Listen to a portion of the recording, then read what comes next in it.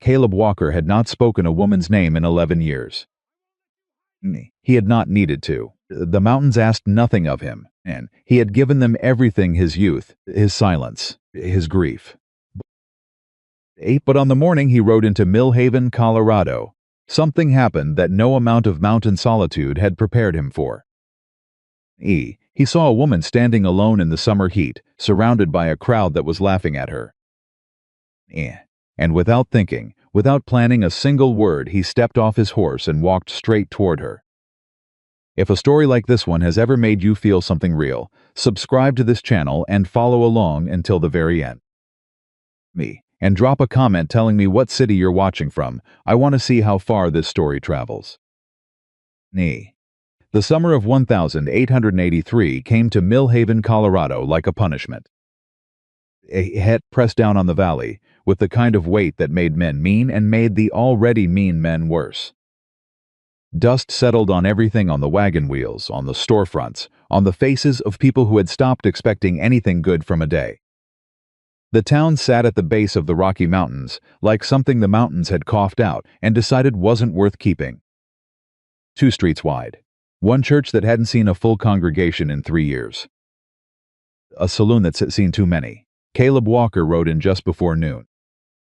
He came down from his ranch in the high country, the way he always did at the beginning of every month, quiet, nay, purposeful, not looking for conversation.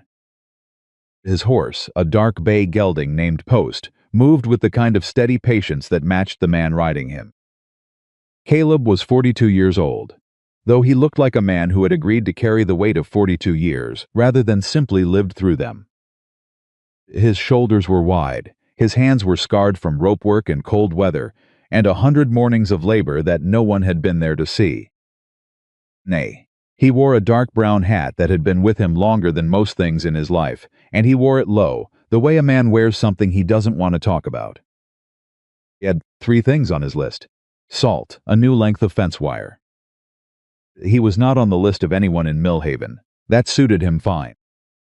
He tied Post to the rail in front of Gideon's trading post and was reaching into his saddlebag for his coin purse when he heard the noise. Not a fight. He knew the sound of a fight, and this wasn't it.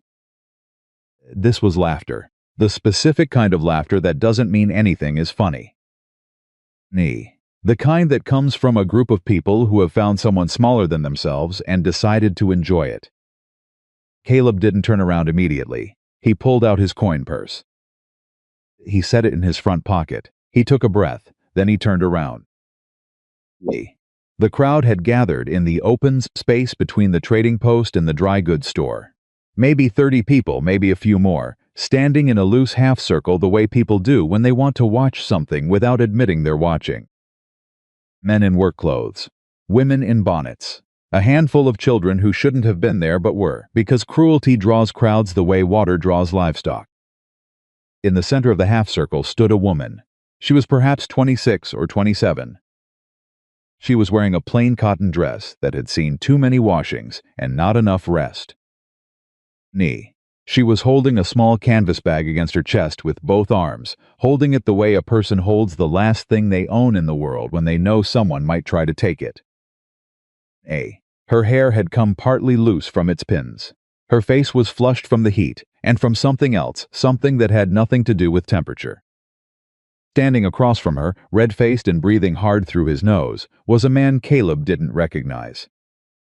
Heavy, somewhere in his 50s, wearing a vest that had cost more money than the woman's dress would ever cost, and wearing it like a man who wanted you to notice.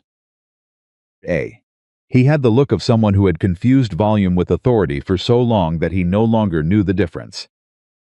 "You will do what I tell you," the man was saying, loudly enough that the whole crowd could hear every word, which was clearly the point. "You don't have a choice, Evelyn. You never had a choice. You think you can just walk away from what you owe this family? You think that's something a person gets to do?" The woman, Evelyn, did not answer. She was looking at a spot on the ground about 3 feet in front of her, and her jaw was set in the way a jaw gets set when a person is working very hard, not to give someone the satisfaction of seeing them break.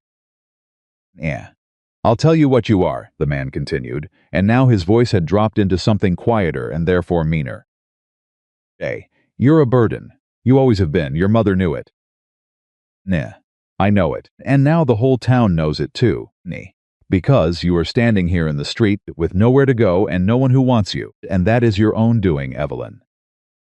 That is the life you chose, when you decided you were too good for what was offered. Someone in the crowd laughed, a low sound, like something turned over in the dirt. Evelyn's chin came up slightly, just a fraction of an inch. Caleb noticed it. I don't owe you anything, Uncle Gerald, she said. Her voice was quieter than his, but it was steady. I never agreed to that arrangement. You know I never agreed to it. You agreed when you took food from my table for 3 years, Gerald said. Agreed when you slept under my roof. You think kindness is free, girl? Nothing is free. And now Mr. Hollis has been waiting 6 weeks for what he was promised. And you are going to stop this nonsense and... Ed, no. The crowd went quiet. Caleb was not entirely sure afterward at what point he had crossed the street. He didn't remember deciding to. Nah. He remembered turning around, and he remembered the woman's face. And then he was standing at the edge of the half-circle, and people were stepping back to let him through, whether they wanted to or not. As Caleb Walker at 42 was a man who occupied space in a way that did not invite argument. About 10 feet from Gerald. He did not remove his hat, because he was not here to be polite. He looked at the man directly. She said no, he repeated. That's a full sentence. It doesn't require anything added to it. Gerald stared at him. Who in the hell are you? Nobody important, Caleb said. That's sort of the point. Gerald's face darkened. He was a man who was used to being the largest presence in a room or in a street, and he did not appreciate the sensation of that changing. He looked Caleb up and down the way men do when they're deciding whether to be afraid. This is none of your business, Gerald said. This is a family matter. Away. I've walked away from a lot of things in my life, Caleb said. Some of them I regret. I'm trying to do better. He looked past Gerald to Evelyn. Ma'am, you need somewhere to be right now? Evelyn looked at him. Her eyes were dark, and they were wary, because a woman in her position had learned a long time ago that men who stepped forward usually wanted something in return. I don't know you, she said. No, ma'am. You don't? He kept his voice even. And I'm not asking you to. I'm asking if you need somewhere to stand that isn't here, in front of these people, while this man says things at you that you don't deserve to have said. Gerald took a step forward. Now listen here, I'm not talking to you, Caleb said, without looking at him. It landed. The crowd heard it. A few people shifted. Evelyn's grip on her canvas bag tightened. She looked at Caleb for a long moment, the kind of look that is doing real work behind the eyes. Calculating, measuring, trying to determine whether one kind of danger is better or worse than another. My name is Evelyn Harper, she said finally. Caleb Walker. He tipped his chin slightly. I've got a ranch up the mountain. Got a spare room that isn't being used for anything. If you need a place to breathe while you figure out what comes next, you're welcome to it. No strings on that. None. Not in violence and noise. The overlapping, tumbling noise of 30 people all deciding to have an opinion at once. He doesn't even know her. What kind of man just... She's ruined already. Why would he... This ain't decent. Gerald's voice cut through all of it. You take her in. You take on everything that comes with her. You understand that? She's got debts. She's got enemies. She's got nothing, and she is nothing, and you will regret this before the week is out. Caleb looked at him for the first time since he'd stopped talking to him. I've been regretting things for 20 years, he said. And one more won't break me. He looked back at Evelyn. She was still watching him. The wariness was still there. It wasn't going anywhere, and he didn't expect it to. But there was something else now, something that sat behind the wariness, like a lamp behind a curtain. Small. Careful, not quite hope, because hope is something a person has to be able to afford. All right, she said quietly. She walked toward him, past Gerald, who grabbed her arm. Caleb moved before he thought about it. Not aggressively, he didn't raise a fist, didn't raise his voice. He simply stepped between Gerald's hand and Evelyn's arm, and he stood there. And he looked at Gerald with the particular expression of a man who has spent 40 years in the mountains and has run out of patience for things that don't have the decency to be honest about what they are. Gerald let go. "You'll be back," said, "both of you. Before the month is out, she'll be back and you'll wish you'd never set eyes on her." Caleb said nothing. He walked to where post was tied, and he untied the reins, and he looked at Evelyn. "Can you ride? I can manage," she said. "Ride behind me, then." About 2 hours up. She looked at the horse. She looked at the crowd, which was still watching with the hungry attention of people who've found entertainment for an otherwise empty afternoon. She looked at Gerald, who was standing in the street with his hands at his sides, and his face arranged in some promised, this wasn't finished. Then she put her foot in the stirrup and got up behind Caleb, and she sat straight, and she did not look at any of them as they rode out. They had been riding for maybe 20 minutes before Evelyn spoke. "You have to do that." "No," Caleb agreed. "Most men wouldn't have." "No." She was quiet for a moment. "Why did you?" He thought about it. He was a man who didn't speak without thinking, and he didn't think without meaning it, and so he took his time. "Because you were standing there holding on to that bag like it was the only thing you had," he said. "Yeah. And you weren't crying, and you weren't begging, and I thought she shouldn't have to be that strong right now, in front of all those people. Nobody should have to be that strong just to stand still." Evelyn didn't say anything to that. He didn't expect her to. The ranch sat on a wide shelf of mountain land, about halfway up a pine-covered slope that looked out over the valley below. Caleb had built most of it himself, over the course of 15 years, which meant it was solid and functional, and almost entirely without decoration. Main cabin, a barn that held 6 horses and smelled like hay and honest work. A root cellar, a garden plot that was more ambition than reality. When they rode in, horses in the barn called out, and post answered. And Caleb swung down and held the stirrup steady for Evelyn, who got down without his help, which he noted without comment. "Room's through there," he said, nodding toward the cabin door. "It's clean. Not much in it, but it's clean." Evelyn looked at the cabin. She looked at the garden plot. She looked at the view, which was, whether you wanted it to be or not, extraordinary. The whole valley spread out below, golden in the afternoon light, the kind of view that made you feel like you were standing somewhere that mattered.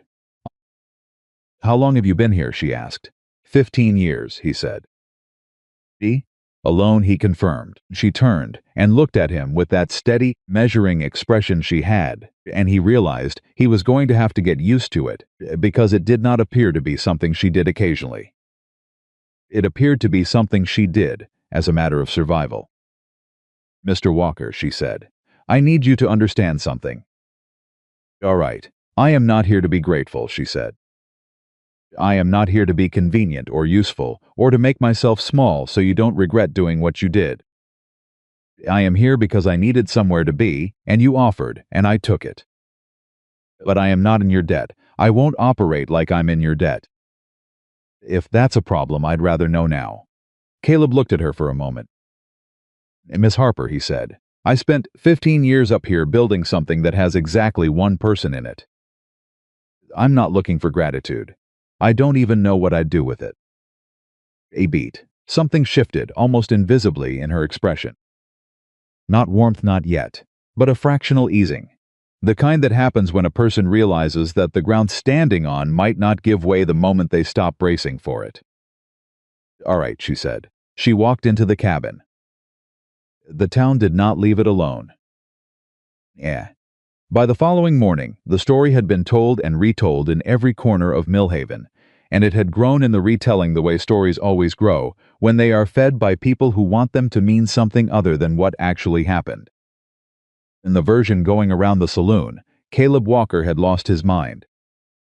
"Mountain loneliness does something to a man," someone was saying. "You spend enough years up there by yourself, you start making decisions that don't make sense." And in the version going around the church, Evelyn Harper had orchestrated the whole thing. She knew what she was doing. A woman in a white bonnet said to two others, "I always said she was too clever. Girls like that know how to make a man feel like a hero." Gerald Marsh, because that was his name, Gerald Marsh. And he was not simply a loud man in a vest, but the owner of the largest cattle operation in the valley and a man accustomed to getting what he wanted, through either money or reputation, or both. Gerald Marsh sat in the office of his ranch and said nothing to anyone for a full hour after Caleb and Evelyn rode out. Then he called in his foreman, a lean, sun-dried man named Cotton Briggs, and said, "Find out everything there is to know about Caleb Walker." Cotton nodded, and then Gerald said, "We'll see how long his charity holds." Up the mountain, Evelyn was in the kitchen. Not because she had been asked to be, not because she thought it was her role, but because she had gone through Caleb's provisions with the practical eye of a woman who had managed households out of almost nothing, and what she found was a situation that explained a great deal about the man. He had flour, but it was old. He had salt and dried beans and a side of salt pork. He had coffee that he made too strong and a pot that he had clearly been using as both a coffee pot and a bean pot without washing it thoroughly between the two purposes. He had no sugar. He had no dried fruit. He had the food of a man who viewed eating as a task to be completed rather than an experience to be had. She found a cast-iron skillet behind a pile of rope on a shelf, good, heavy, and well-seasoned, which meant he'd had it for years and used it, and then, for some reason, stopped and she took it down, and she made cornbread, which was the most sensible thing she could make from what was available, and she made it well. Caleb came in from the barn at midday and stopped when he smelled it. He stood in the doorway for a moment with the expression of a man who has forgotten something important and is only now being reminded that it existed. "You didn't have to do that," he said. "I know," she said. She was echoing his words from the ride up, and from the way the corner of her mouth moved, she knew it too. He sat down. They ate without talking much, which was fine with both of them. There was a quality to the silence, though it was not the silence of two strangers who have nothing to say. It was the silence of two people who are each quietly revising the assumptions they arrived with. After a while, Caleb said, "That skillet was my mother's." "I know," Evelyn said. "You can tell by the seasoning." "Someone cared for it." "She did." He looked at the skillet for a moment. "She's been gone a long time. I'm sorry, don't be." He said it gently, without sharpness. It was long enough ago that it settled. Just hadn't thought about it in a while. Evelyn looked at him across the table.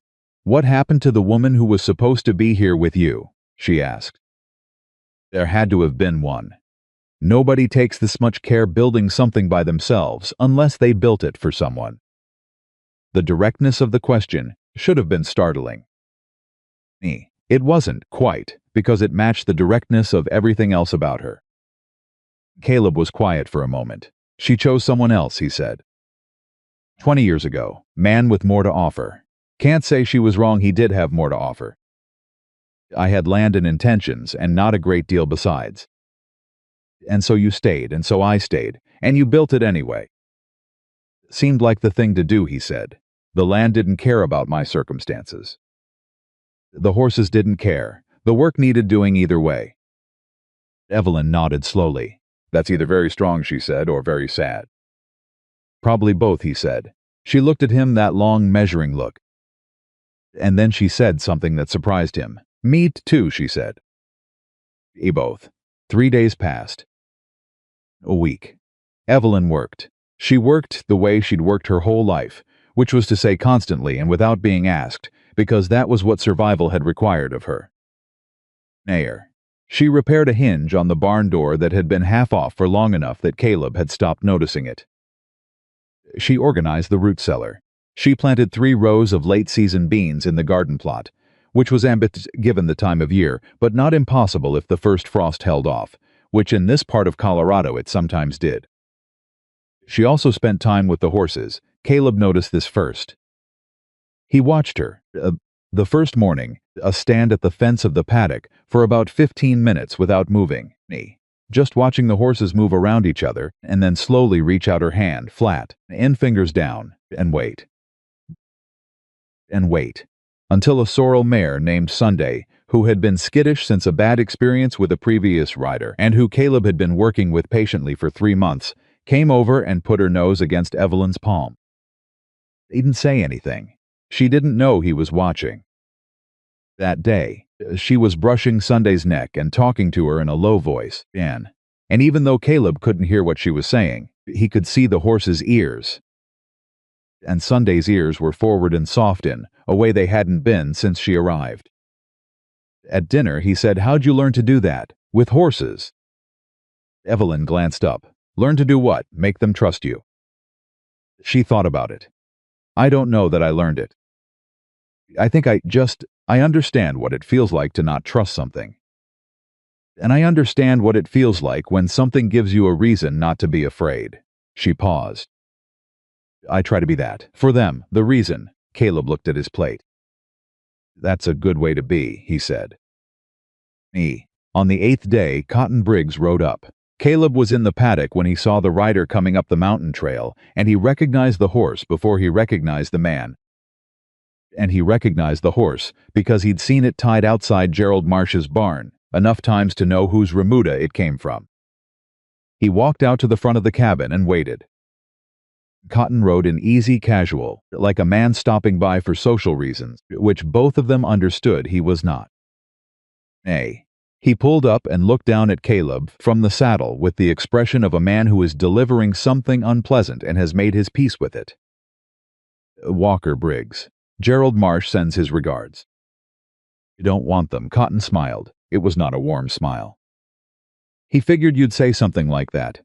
He also says to tell you that the girl Miss Harper she's carrying debt she didn't tell you about. $20 to the dry goods store.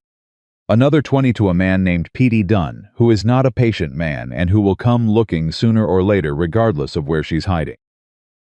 "She's not hiding," Caleb said. "She's working. There's a difference." Maybe so." Cotton looked around the ranch with the practiced eye of a man who appraises things for a living. "Nice setup. Be a shame if things got complicated." He looked back at Caleb. "Mr. Marsh is a reasonable man. He'd be willing to settle Miss Harper's debts himself, all of them, and make sure P.D. Dunn stays away in exchange for her coming back to town and honoring the arrangement she broke." Caleb let a beat pass. "And what arrangement is that exactly?" he said.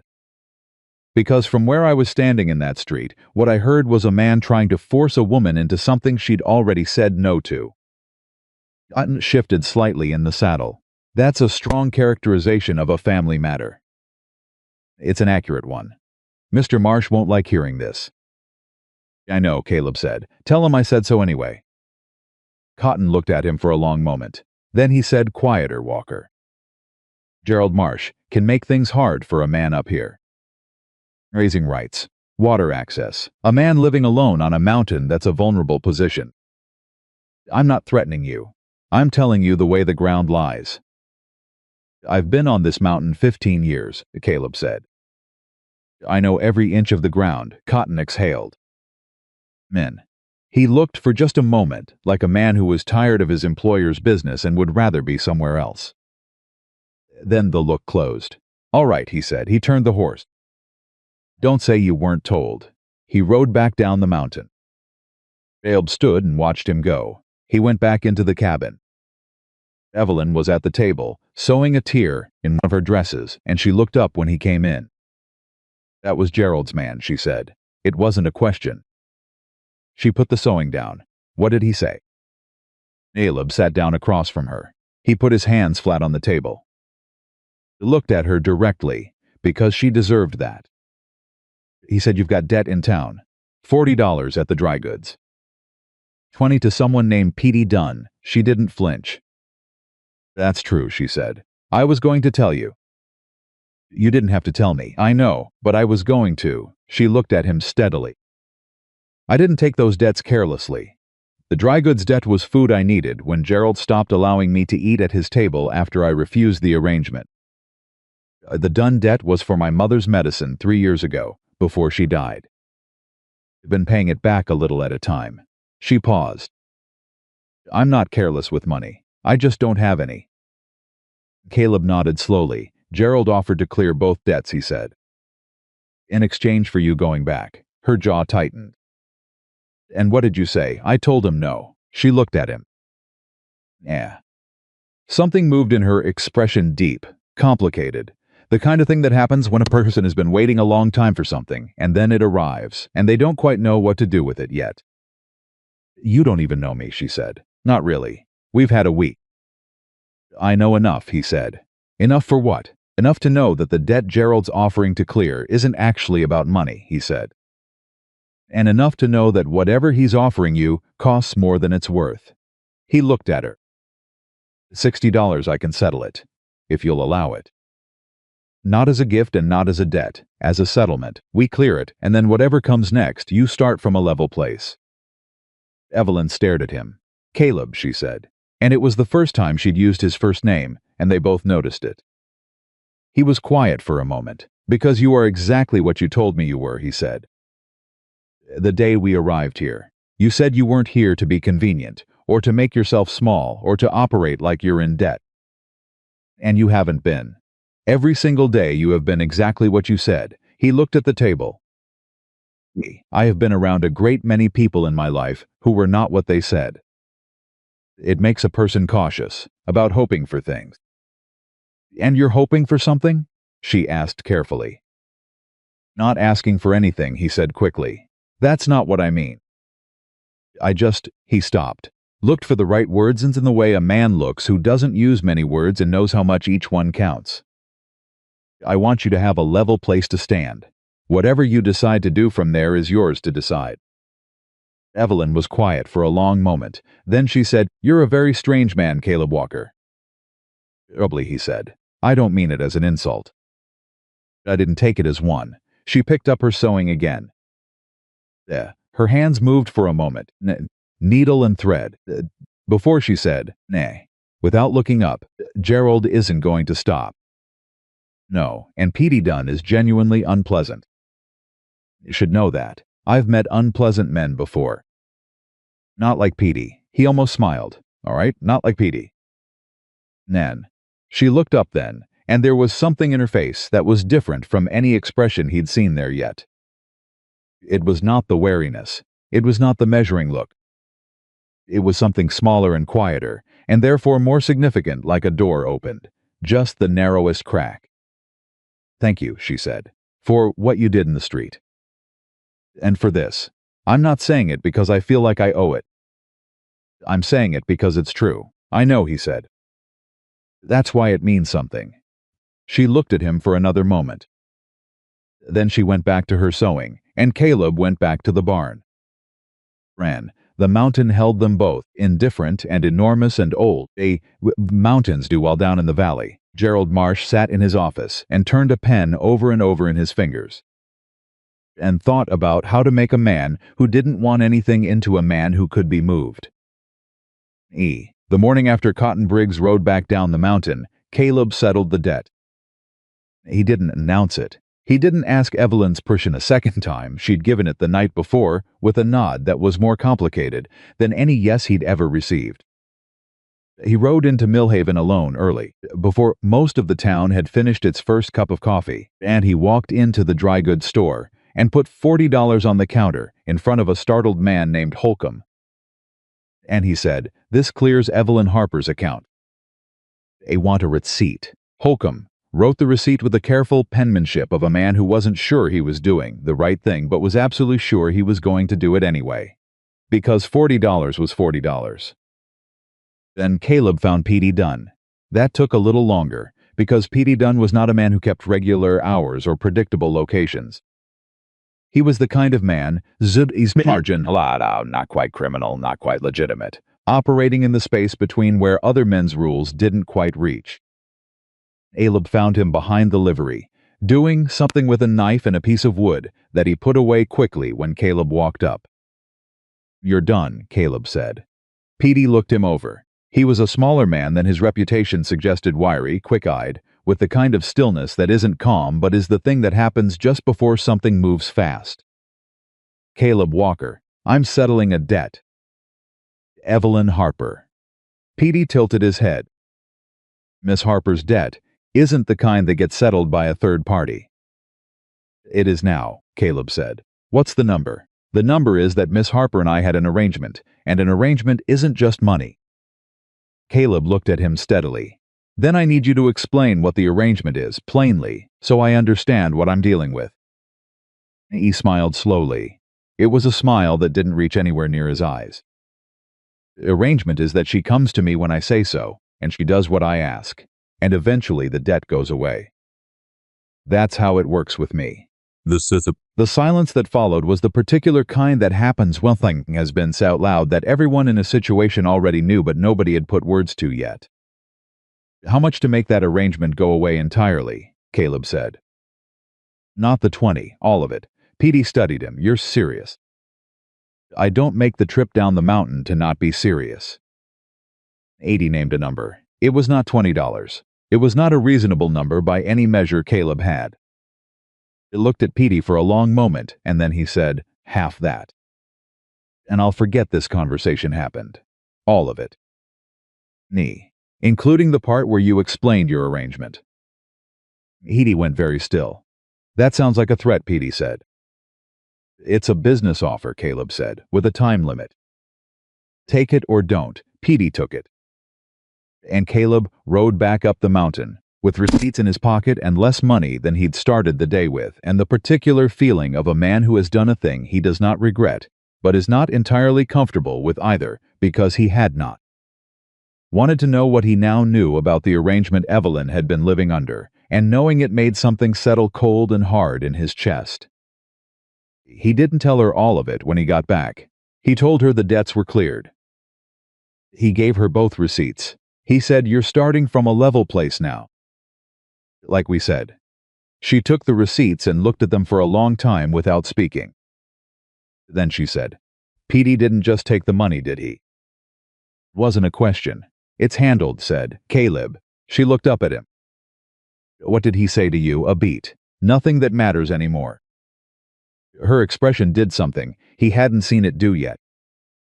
Nay, it collapsed, briefly, not into tears, into something underneath tears. The thing that comes before a person decides whether to let themselves feel something or fold it back up and put it away. She folded it back up. But he'd seen it, and she knew he'd seen it, and that was its own kind of thing between them now. All right, she said quietly. Thank you, don't thank me, he said. Just let it be done. And it was done. Or it was supposed to be. What neither of them knew was that Petey Dunn, after Caleb rode back up the mountain, walked directly to Gerald Marsh's office and sat down across the desk and said, "Mountain Cowboy, just bought out Harper's debt. All of it. Paid more than it was worth to make sure I had no more claim on her." Gerald listened to this without expression. How much did he pay? Gerald asked. Petey told him. Gerald was quiet for a moment. Then he said, "A man doesn't spend that kind of money on a woman he's known for a week unless he's already decided something." That's what I thought, Petey said. Then we need to change what he's decided, Gerald said. Leaned back. And to do that, we need to give him a reason to see her differently. Up on the mountain, the days kept moving the way days do when a person has work to fill them, and work has a way of making time honest. Evelyn had taken on the horses as her project, without anyone assigning it to her, and without her asking whether it was all right. She simply began, the way she began everything practically, observantly, without wasted motion. She worked with Sunday every morning until the mare's skittishness had settled into something closer to preference, which is different from trust but is the first step toward it. She worked with a younger gelding named Wick, who had a habit of leaning on the fence when tied, which was a bad habit for reasons Caleb hadn't gotten around to addressing, and she addressed it with the kind of patient consistency that does not raise its voice. And Caleb watched all of this various distances and said very little about it, which was his way of saying a great deal. They developed a routine, the way two people develop a routine when they are each trying very hard not to impose on the other, which is to say, accidentally, and then, deliberately, once they realized the accident was working. Caleb cooked supper. Evelyn cooked breakfast. Neither had discussed this arrangement. It simply emerged over about 4 days and then solidified without a word being spoken about it, because some things don't need to be spoken. On the 12th day, Caleb came into the kitchen breakfast and found her standing at the stove with Sunday's lead rope in one hand and a skillet in the other, talking to a woman he had never seen before. He stopped in the doorway. The woman was about 60, small and sharp-eyed, wearing a blue dress that had been good quality about 10 years ago, and a hat that had been good quality longer ago than that. She was sitting at Caleb's kitchen table with the ease of someone who had been invited, and she was looking at Evelyn with the expression of a woman who has been watching something develop and has decided to have an opinion about it. "This is Margaret Tilden," Evelyn said, turning from the stove. She said it the way you introduce someone, when you have been hoping to delay the introduction for a little while longer. "She owns the millinery on the east end of town. She came up this morning." Margaret Tilden looked at Caleb with sharp, measuring eyes. "Sit down," she said, as though it were her kitchen. Caleb sat down, because something about Margaret Tilden made sitting down seem like the reasonable option. "I want you to know," Margaret said, "that not everyone in that town thinks what Gerald Marsh thinks. And not everyone who stood there in the street and said nothing was saying nothing because they agreed with him. Some of us were saying nothing because we've learned that the loudest voice in Millhaven belongs to the man who can make your life most difficult, and most of us can't afford to make our lives more difficult." Caleb said, "I appreciate you saying so. I'm not here to make you feel better about Millhaven," Margaret said briskly. "I'm here because I like this girl, and I have liked her for 3 years, and I want her to know that she has a friend in that town who is not afraid of Gerald Marsh's opinions." She looked at Evelyn. "That said, I also came to tell you something you need to know." Evelyn put the skillet down. She turned around fully. "What?" Margaret folded her hands on the table. "Gerald's been talking. People who matter in this valley. He's saying you stole from him before you left. Not saying it loud yet, he's planting it, the way he does. Word here, a word there. Until the ground is so prepared that when he says the full thing, people already half believe it." Silence in the kitchen went hard. "I didn't steal anything," Evelyn said. "Know that," Margaret said. "And you know that. But Gerald Marsh has been in this valley for 20 years, and you have been in it for 3. And the people who owe him favors outnumber the people who owe you anything by a considerable margin." She looked between Evelyn and Caleb. "I'm not telling you this to frighten you. I'm telling you so you're not surprised when it arrives." Caleb looked at the table. He was thinking. He was the kind of man who thought visibly, not because his gave much away, but because the stillnesses around him changed quality when he was working through something. "What exactly is he saying she took?" he asked. "A ledger," Margaret said. He's saying she took a financial ledger from his office before she left. He's saying it contained records of transactions he'd rather not have made public, and that she took it as insurance." Evelyn's eyes went sharp. "He knows I don't have any ledger." "I've never been inside his office." "He knows that," Margaret said quietly. "That's not the point of the story." The point of the story landed in the room and sat there. "He doesn't need the ledger to exist," Caleb said. "He just needs people to wonder if it does." "That's exactly right," Margaret said. Stood straightening her hat. "I've said what I came to say. You're both smart enough to know what to do with it." She paused at the door and looked back at Evelyn. "You have more people in your corner than you know, girl. But the ones in your corner are quieter than the ones in his. That's not a fair arrangement. But that's the arrangement." She left. The kitchen held them for a moment in the kind of silence that follows something important. "He's going to try to make me a criminal," Evelyn said. Her voice was even, too even, the kind of even that requires work. "He's going to try," Caleb said. "Doesn't mean he'll succeed." "Caleb." She looked at him. "This is going to get worse. Every time you hold your ground, he escalates. That's who he is. I know him. I lived in his house for 3 years. The man does not accept the word no, he just changes his method until no starts to seem more expensive than yes. And we make sure the cost of his methods is higher than the cost of ours, Caleb said. What does that look like? He looked at her directly. It looks like we don't do anything wrong, and we don't give him anything true to work with. And we make sure the people who know better have a reason to say so. Evelyn stared at him. That's actually a sound strategy. I've been on a mountain for 15 years, he said. I've had time to think about how people work. Something moved in her face, that small, careful thing she kept behind her wariness. It moved closer to the surface. All right, she said. Then we do it your way. 2 days later, Petey Dunn came up the mountain. He did not come alone. He brought 2 men with him that Caleb did not know, and they rode in mid-afternoon on horses that were not quality horses, but were large enough. And they stopped in the yard in front of the cabin, while Caleb was splitting firewood, and Evelyn was in the paddock with Sunday. Put the axe down. He did not pick it back up. He walked to the fence that separated the yard from the open space, and he stood there and waited. Rode up to about 10 feet and stopped. Walker. Done. The agreement we made said you were done. I had time to reconsider the terms, Petey said pleasantly. I think we undervalued what I was letting go of. The receipt says otherwise. The receipt. Petey smiled. Right, about that. See, a receipt is a piece of paper. And paper, he shrugged. Paper's a fragile thing. The men with Petey laughed. What do you want? Caleb said flatly. Miss Harper. Just to talk. Gerald's got an offer he thinks she'll find more reasonable now that she's had time to think about her situation clearly. Miss Harper isn't available, Walker. She isn't available, Caleb said again. The same way, no louder. The man on Petey's left shifted in his saddle.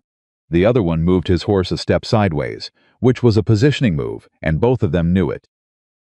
Looked at that man, then at the other one, then back at Petey. I want you to think carefully, Caleb said, about what you are doing right now. Yeah. I want you to think about what you came up here to do, and what it would mean to do it, and whether the amount Gerald Marsh is paying you is sufficient for what comes after. 80 tilted his head. Is that a threat? It's the same question I asked you before. Answered it right last time. The man on the left had moved his horse another half step. He looked at him without moving his head, just his eyes, and the man stopped. From inside the paddock, Sunday made a sound, a sharp, short call, the kind horses make when something has their attention. Caleb didn't know what it meant. Get off my land, Caleb said. Quiet, final, the kind of quiet that is its own kind of loud. Petey looked at him for a long moment. He was calculating. Caleb could see it, weighing the present against the future, the money against the risk, the man in front of him against whatever Gerald Marsh had told him about the man in front of him. Gerald had been wrong about something. Petey could see that now. He pulled his horse back. He looked at his men. He looked back at Caleb one more, wispemeist, an expression that was trying to preserve something that had already been lost. This isn't finished, Petey said. No, Caleb agreed. It isn't. They rode back down. Caleb stood in the yard until they were out of sight. Then he heard Evelyn's footsteps behind him, and he turned. She had come out of the paddock. She had seen. She was looking at him with an expression that had several things in it, none of them simple. He'll come back, she said. Yes, with more men. Probably. And then what? He looked at her. Then I'll need you to trust me. She held his gaze for a long moment. I do, she said. That's the thing. I don't know when that happened, but I do. He didn't have a response for that felt equal to it. Yeah, so he said good, and she almost smiled. The almost was enough for now. That evening, 2 things happened. The first was that Margaret Tilden sent a boy up the mountain with a note. Note said, Gerald filed a complaint with the county recorder today. He claims Evelyn stole property from his household. No formal charge yet, but the machinery is moving. The second thing was that Caleb sat down at his table after Evelyn had gone to her room, and he wrote a letter. He He wrote it to a man named Daniel Forsyth, who was a territorial land attorney in Denver and who Caleb had done a favor for about 8 years ago, that the man had always said he would return.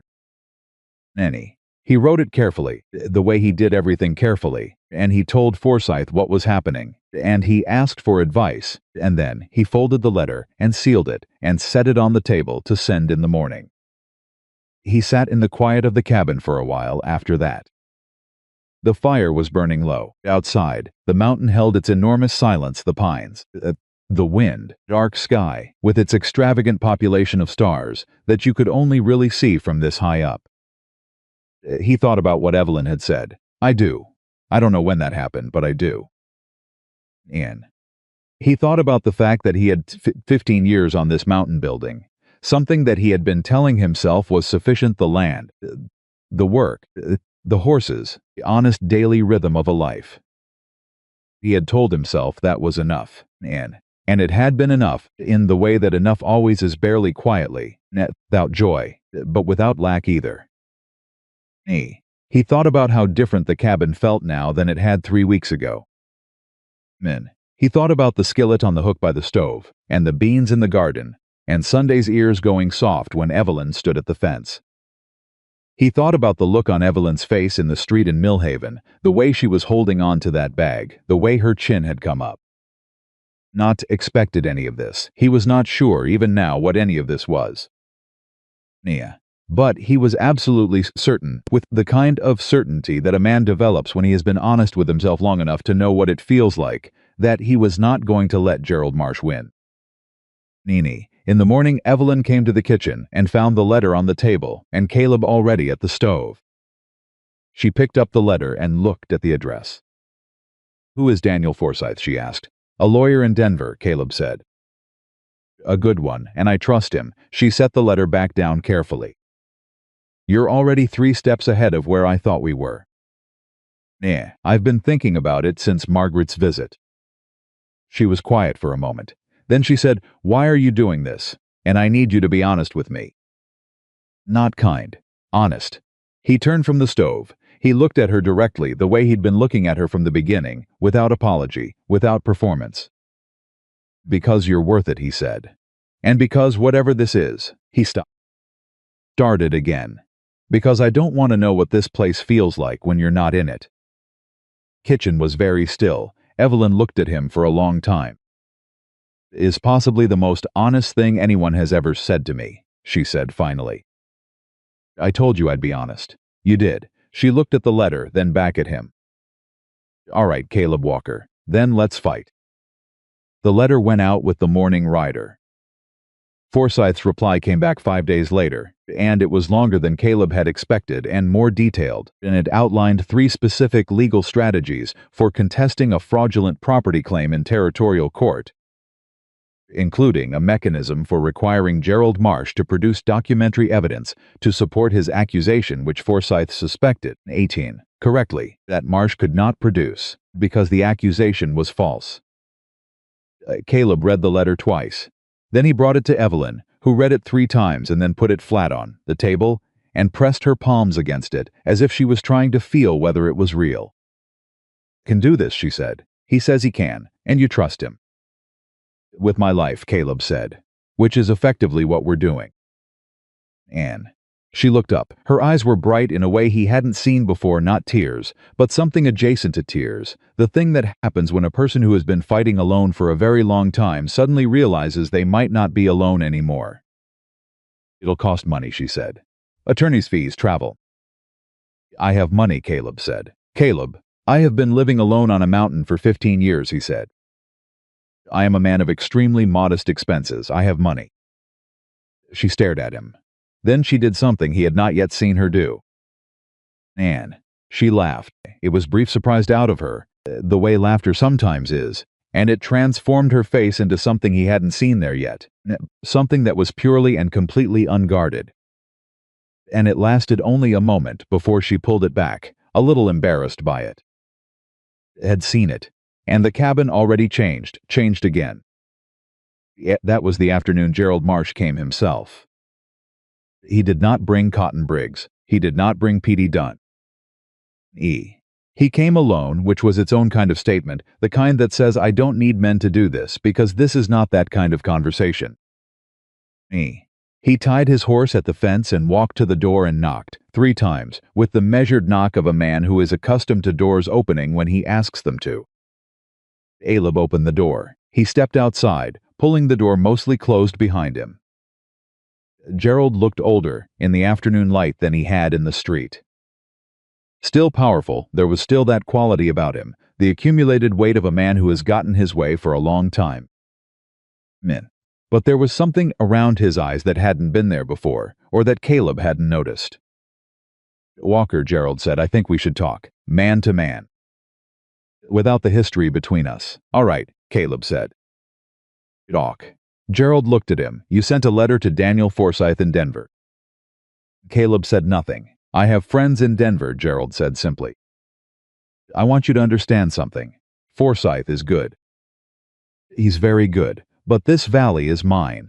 I have built 20 years of relationships in this territory, and I have the ear of the county recorder, and I have debts outstanding from men who sit on the circuit court. You can fight me. I'm not saying you can't. I'm saying that winning is a different matter. What are you offering? Caleb said. Gerald looked almost relieved. I'm offering to let this go. Evelyn goes back to town. She honors the arrangement. And I want to be clear. The arrangement I'm speaking of is a business arrangement, not anything improper. Whatever she may have told you. She hasn't told me anything that matches what you're describing, Caleb said. Gerald stopped. She's told me she refused, Caleb said. She's told me she was clear about refusing. And from what I understand of the situation, that should have been the end of it. He looked at Gerald steadily. You have 20 years in this valley. I've had 15 on this mountain. I know something about patience, and I know something about a man who thinks longevity is the same as being right. A pause. It isn't. Being right is being right. Longevity just means you've had more time to be wrong. Gerald's expression did not change, but something behind it did. You're making a mistake, Gerald said. I've made mistakes before, Caleb said. None of them that I've regretted as much as the things I didn't do. Gerald held his gaze for a long, flat moment. Then he put his hat back on. He had taken it off, which Caleb registered as a calculation, not a courtesy, and he turned and walked back to his horse. At the fence, he stopped. Without turning around, he said, She's going to cost you everything, Walker. I want you to know I told you that. I know, Caleb said. I'll remember. Gerald rode away. Caleb stood in the yard until the sound of the horse was gone. Then the cabin door opened behind him, and Evelyn's stepped out. She had heard. Of course she had heard. She came to stand beside him, not in front of him, not behind him. Beside him, looking out at where Gerald had gone. After a long moment, she said, He's going to come at us hard now. Caleb said, Are you afraid? He considered it honestly. Not of him, he said. Of losing ground I can't get back. That's a different kind of afraid. She was quiet for a moment. Then we don't lose it, she said. It was simple. It was also, said the way she said it, one of the most clarifying things he had ever heard. He looked at her, and she looked back at him, and up in the high Colorado summer, in the wide, clean air above the valley. Something shifted between them that had been building since the moment he stepped forward in a dusty street, and she said no something that neither of them had named yet, and both of them knew was there. Patient as the mountain, waiting for them to be ready. They weren't ready yet, but they were getting there. And Gerald Marsh, riding back down to the valley with 20 years of influence and a plan that was already forming behind his eyes, had made one miscalculation. He had assumed Evelyn Harper was the weakness. He had not yet understood that she was the reason Caleb Walker, for the first time in 15 years, had something worth fighting for. That mistake was going to cost him. Forsyth's second letter arrived on a Tuesday, and it changed everything. Caleb read it standing at the table, still in his work coat, trailed dust on his boots, because the morning rider had caught him coming out of the barn, and he hadn't even made it inside before he broke the seal. Evelyn watched him read it. She watched his face, because she had learned in the past 3 weeks that Caleb Walker's face was not a face that gave things away easily, but it gave them away to someone who knew how to look. Looked up. Forsyth found something, he said. Me. She crossed the kitchen in 4 steps. He put the letter on the table, and she read it standing beside him, close enough that he could hear her breathing change as she got to the middle of the page. Forsyth had done more than outline legal strategies. He had done what good lawyers do when a client gives them a name and a grievance, and enough time he had pulled the thread. Gerald Marsh's land holdings in the valley, which everyone accepted as legitimate because they had been accepted as legitimate for 20 years, contained a parcel in the northwest corner that had been acquired in 1871 through a sale that Forsyth described carefully and with citation as potentially irregular. The original homesteader, a man named Alton Reeves, had signed over the deed 6 weeks after being declared mentally incompetent by a county recorder who, it turned out, had received a land gift from Gerald Marsh approximately 3 months prior. Evelyn finished reading. She straightened up slowly. She said, "Forsyth says potentially," Caleb said. "Forsyth is a lawyer. He says potentially because that's how lawyers say yes." She looked at the letter again. "This is how he built everything. This is where it started." "It's where we start," Caleb said. "If Forsyth can get the territorial records, if the chain of title holds, it will hold," Evelyn said with a certainty that made Caleb look at her. "I used to hear Gerald talk. Not to me, he didn't talk to me. But a house has thin walls, and a man who thinks a woman isn't listening will say things he'd never say to a room full of men." She met his eyes. "I heard him talking to Cotton Briggs once, late at night, when they thought I was asleep. He was talking about the Reeves land. He said the old man had been easier to move than he expected. He used those words, easier to move. The kitchen went very still." "You heard that," Caleb said, 3 years ago. "I didn't know what it meant then. I was new to the house, and I thought maybe it was a business negotiation that went well." She paused. "I know now." Caleb looked at her steadily. "Evelyn, that's testimony. I know what it is. It puts you in a difficult position." "I'm already in a difficult position," she said. "I might as well be in it for a reason that matters." He held her gaze. There was something happening in his chest that he had mostly stopped being able to ignore, and this moment did not help with that. Nah.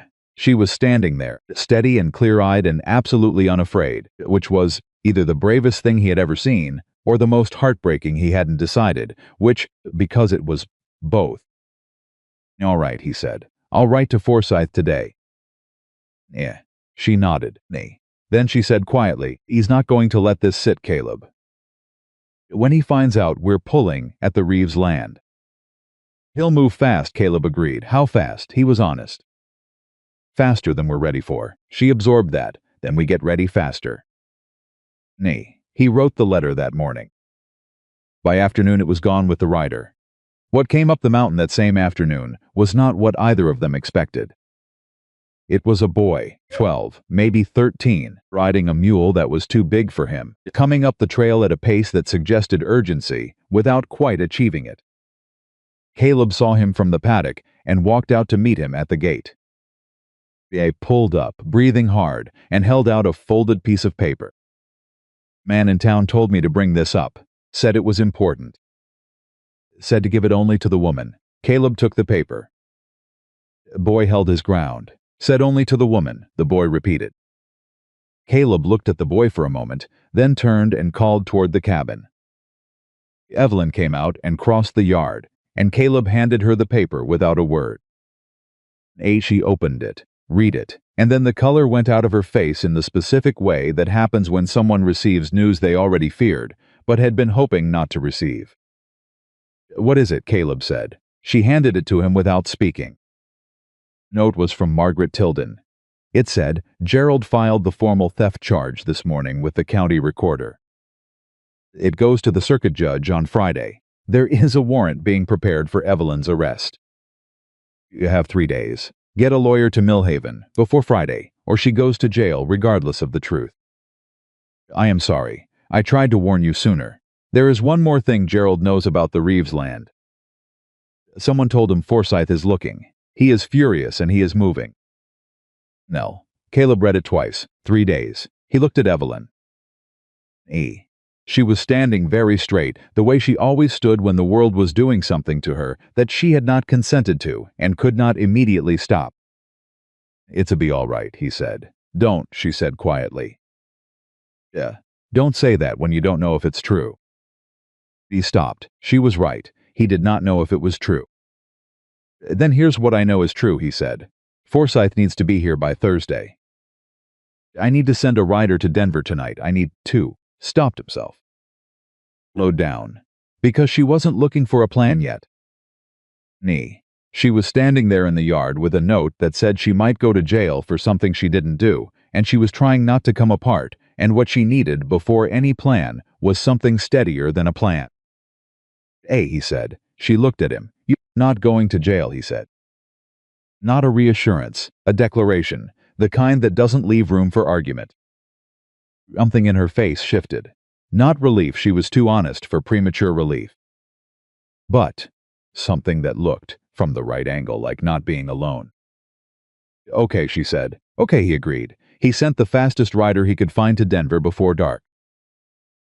Elton came up the mountain the next morning before 8 o'clock, which told Caleb how serious she thought the situation was, because Margaret Tilden did not rush for anything that wasn't genuinely worth rushing for. She came in, sat down at the kitchen table, accepted a cup of coffee, and got straight to the point.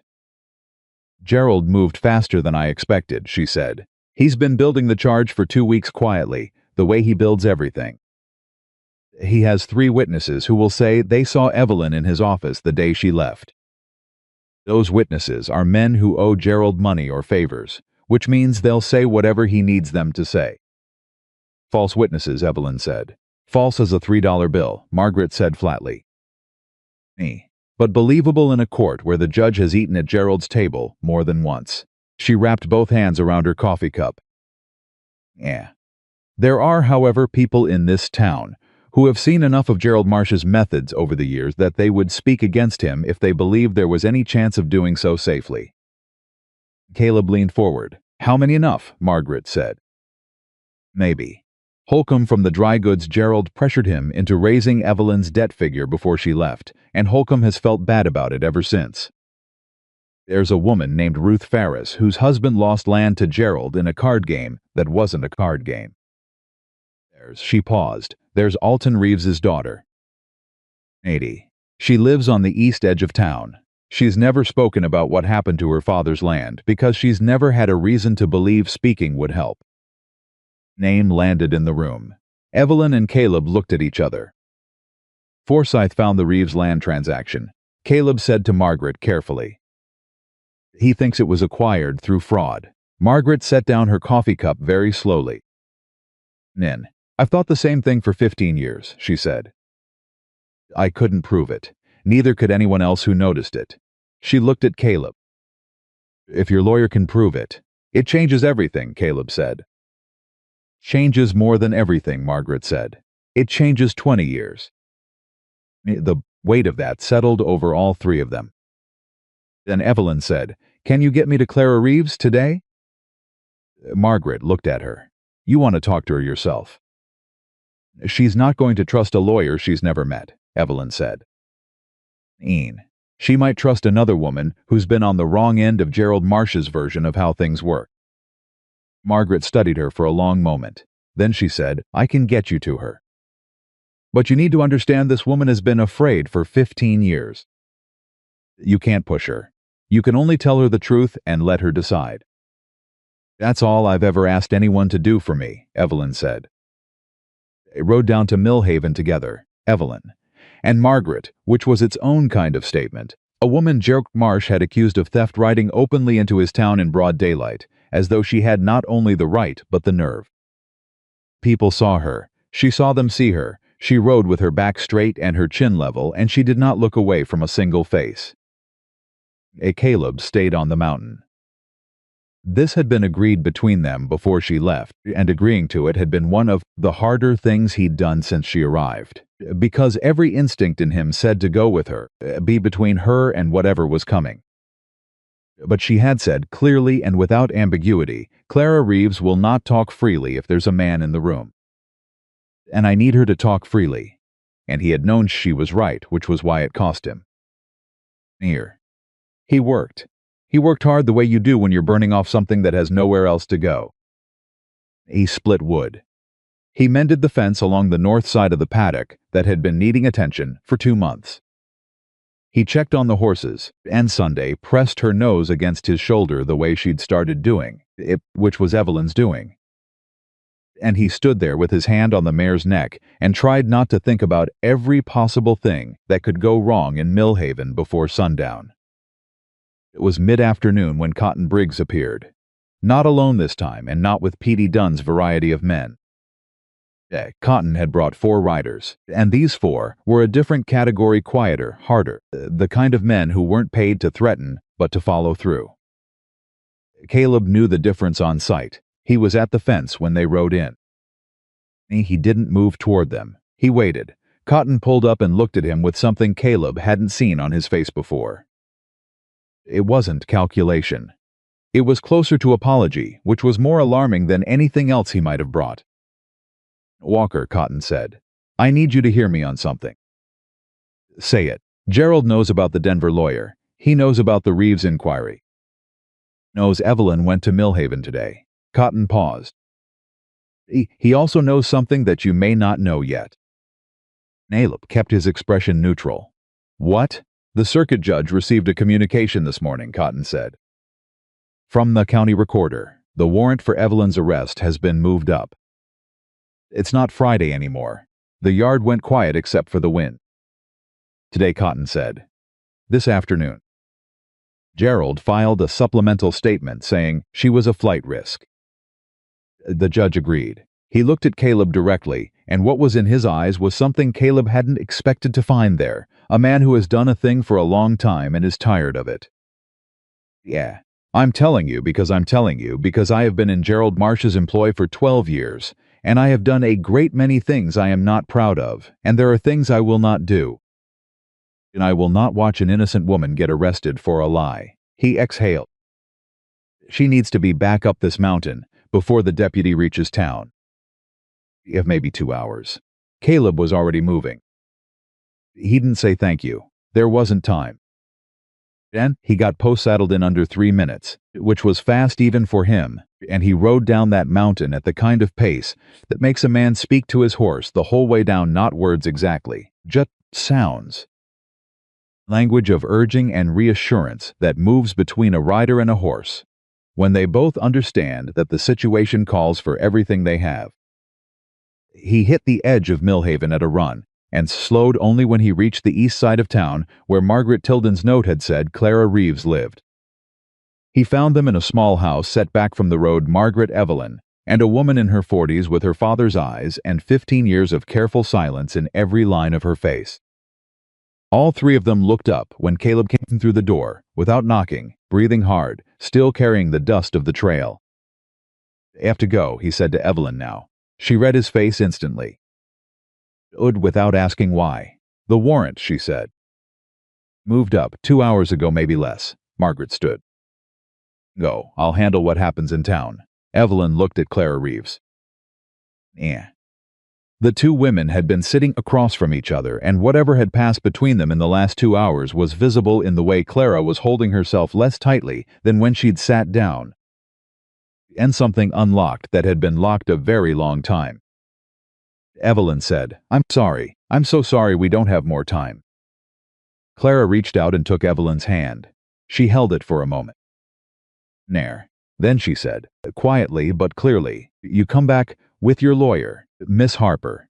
But I'll be here. I've been waiting 15 years to say what I have to say. A beat. Think it's time. Evelyn pressed her hand once. Then she was out the door, hard back up the mountain, and they didn't speak, because there was no breath to spare for speaking, and when they got back to the ranch, and Caleb got the horses settled, they stood in the yard in the last of the afternoon light, and Evelyn put her hands on her knees and breathed. Then she straightened up. She'll testify, she said. Clara Reeves. She'll testify about what happened to her father's land. She has her father's papers letters, a diary, records of payments made before the recorder declared him incompetent. She looked at Caleb. She's been keeping them for 15 years. She never knew if they'd be enough. She thought she was alone. Caleb was quiet for a moment. She's not alone anymore, he said. No, Evelyn said. She's not. They looked at each other in the fading light. Gerald moved the warrant, Caleb said. Someone on his side told him you'd gone to town. None knew. He has people everywhere, Evelyn said. Always known that. I didn't know how many. She paused. Cotton Briggs warned you. That surprises me. Me too, Caleb said. But men who've been carrying something a long time sometimes put it down when they see the chance. She thought about that. What do we do about the warrant? Forsyth gets here tomorrow or the day after. We don't let you go back into town until he does. We don't give them a clean opportunity to serve it. He looked at her. That means staying up here. It means waiting. I'm not good at waiting, she said. I know, he said. Neither am I. Then we'll be bad at it together, she said. And the corner of her mouth moved in that way it sometimes did, the way that had started happening more frequently over the past 3 weeks, and it did something to his chest that he had completely given up trying to ignore. Forsyth arrived the following afternoon. He was younger than Caleb's letters had suggested, somewhere in his mid-30s, slim, with the kind of precise, alert quality that law either develops or destroys in a person, depending on the person. He rode up with a leather satchel and a calm that was recognized as professional rather than natural, which was fine. Professional calm was the right kind for this situation. He sat at the kitchen table. He opened the satchel. Out papers. I've reviewed everything, Forsyth said. Theft charge is thin. Gerald's witnesses are compromised. I've already identified financial relationships between 2 of them and Marsh's cattle operation that a judge outside this county would find disqualifying. He looked at Evelyn. The warrant is legitimate in its form, but illegitimate in its substance. You can challenge it, and I expect to prevail. What I need to know, he paused. Miss Harper, Caleb's letter mentioned a woman named Clara Reeves. She'll testify, Evelyn said. She has documents. Forsyth looked at his papers, then back up. If the Reeves land acquisition is fraudulent, and from what I found, I believe it is, then Gerald Marsh is not simply a man who pressured a woman into an unwanted arrangement. He is a man who built his entire operation on a foundation of fraud. And that changes the nature of every legal proceeding he's been involved in this valley for 20 years. He let that land. This is not a small case anymore, Miss Harper. This is a very large one. The kitchen was very quiet. I know, Evelyn said. Yeah. Are you prepared for what that means? For what he'll do when he understands the scope of what we're bringing? Looked at Forsyth steadily. Mr. Forsyth, I lived in that man's house for 3 years. I know what he is. I am not afraid of what he'll do. A pause. I'm ready for it. I've been ready for it since the day I left. Forsyth looked at her for a moment. Then he nodded once. All right, he said. Then we go to court. Gerald Marsh found out about Clara Reeves that evening. Caleb didn't know how. He suspected out of betrayal, but because Gerald had ways of knowing things that had nothing to do with loyalty and everything to do with leverage, and leverage was a tool Gerald had been sharpening for 2 decades. Whatever the source, by nightfall Gerald knew, and by nightfall the mountain felt different. Smoke, not the ranch, not the barn. The fire started in the tree line about a quarter-mile up from the north fence, a thin tendril of smoke, against the darkening sky that Caleb saw from the paddock. And that sent everything in him to immediate attention. He moved fast. He called to Evelyn through the cabin door fire on the northeast ridge. Stay in the cabin. And he got the horses out of the barn first, because horses in a fire panic and a panicked horse will hurt itself and anyone near it. And he got them into the far paddock and latched the gate, and then he went toward the fire with 2 water buckets and the single-minded focus of a man who has lived on this land for 15 years and knows exactly what he stands to lose. Fire was small, deliberately small, set at a single point, designed not to consume but to warn. To say, I can reach you here. I can reach what you have built. It took him 40 minutes to contain it. 40 minutes of moving fast in the dark, his lungs full of smoke, his hands blistered by the time it was down to embers. He stood and looked at what remained the scorched earth, the blackened lower branches of 3 pines, the clear mark of a fire that had been set, not started by accident. Walked back to the cabin. Evelyn was in the doorway. She had not stayed inside. She had watched from the threshold, which was close enough to help, if it came to that, and far enough to stay out of the way. When he came back, she looked at his hands and said, come inside." He came inside. She got water. She got the cloth she used for the horses. Easier. She sat across from him at the table and she took his hands, and she cleaned them with the same vehement, careful attention she gave to everything, and neither of them spoke for a long time. Then Caleb said quietly, he said it. "I know," she said. "Telling us what he's willing to do." "I know." "Evelyn." He waited until she looked up. "This is the point where I need to know something honestly. Is this too much? Because I got into this understanding that it would cost something. I didn't know how much, and you didn't ask for any of this. You asked for somewhere to stand, not for a fight that goes this far." She held his gaze. "Are you asking me if I want to leave?" she said. "I'm asking if you want the choice." She set down the cloth. "Knee." She looked at his hands, blistered, steady, the hands of a man who had built something out of the mountain and had just spent 40 minutes keeping it from burning. She looked up at him. "I have spent my entire adult life," she said, "being told what I am not. What I am not worth. What I am not capable of choosing for myself." Her voice was quiet and absolutely clear. "I am not leaving. I am not leaving because Gerald Marsh is afraid of what we found and afraid people will see who he is, and if there is one thing in my life I have always wanted, it is for people to see who he is." She paused. "And I am not leaving," because she stopped. He waited. "Because this is the first place," she said, "that I have ever felt like I was allowed to take up space. And I'm not giving that back." The cabin held them both in the kind of silence that isn't empty but full of everything, that had been building since a dusty street in Millhaven, and a woman holding a canvas bag and a man who had stepped forward without quite knowing why. He turned his hands over, carefully, and held hers. She didn't pull back. "Then we don't give anything back," he said. She looked at their hands, then at him. "No," she agreed. "We don't." What none of them knew, not Caleb, not Evelyn, not Forsyth asleep in the spare room, was that Cotton Briggs had not gone home that night after delivering his warning. He had gone instead to find Gerald, and he had resigned. He had put 12 years on the table and walked away from them, and the reason he had done it was something he had not said to Caleb and had not said to anyone, which was that the fire on Northeast Ridge was something Gerald had not ordered. Gerald had ordered a warning delivered. Cotton had understood it to mean something implicit, and the men had acted on that implication. But setting fire to a man's land, to a man's trees, a work of 15 years that was a line that Cotton Briggs, who had done many things he wasn't proud of, was not willing to be on the right side of. He had told Gerald so. Gerald had said quiet that Cotton was welcome to leave. And Cotton had left. He was as of that night a man without employment, and without the protection of the most powerful figure in the valley. He was also, for the first time in 12 years, a man who could sleep. He found Forsyth in the morning. He had things to say that Forsyth needed to hear.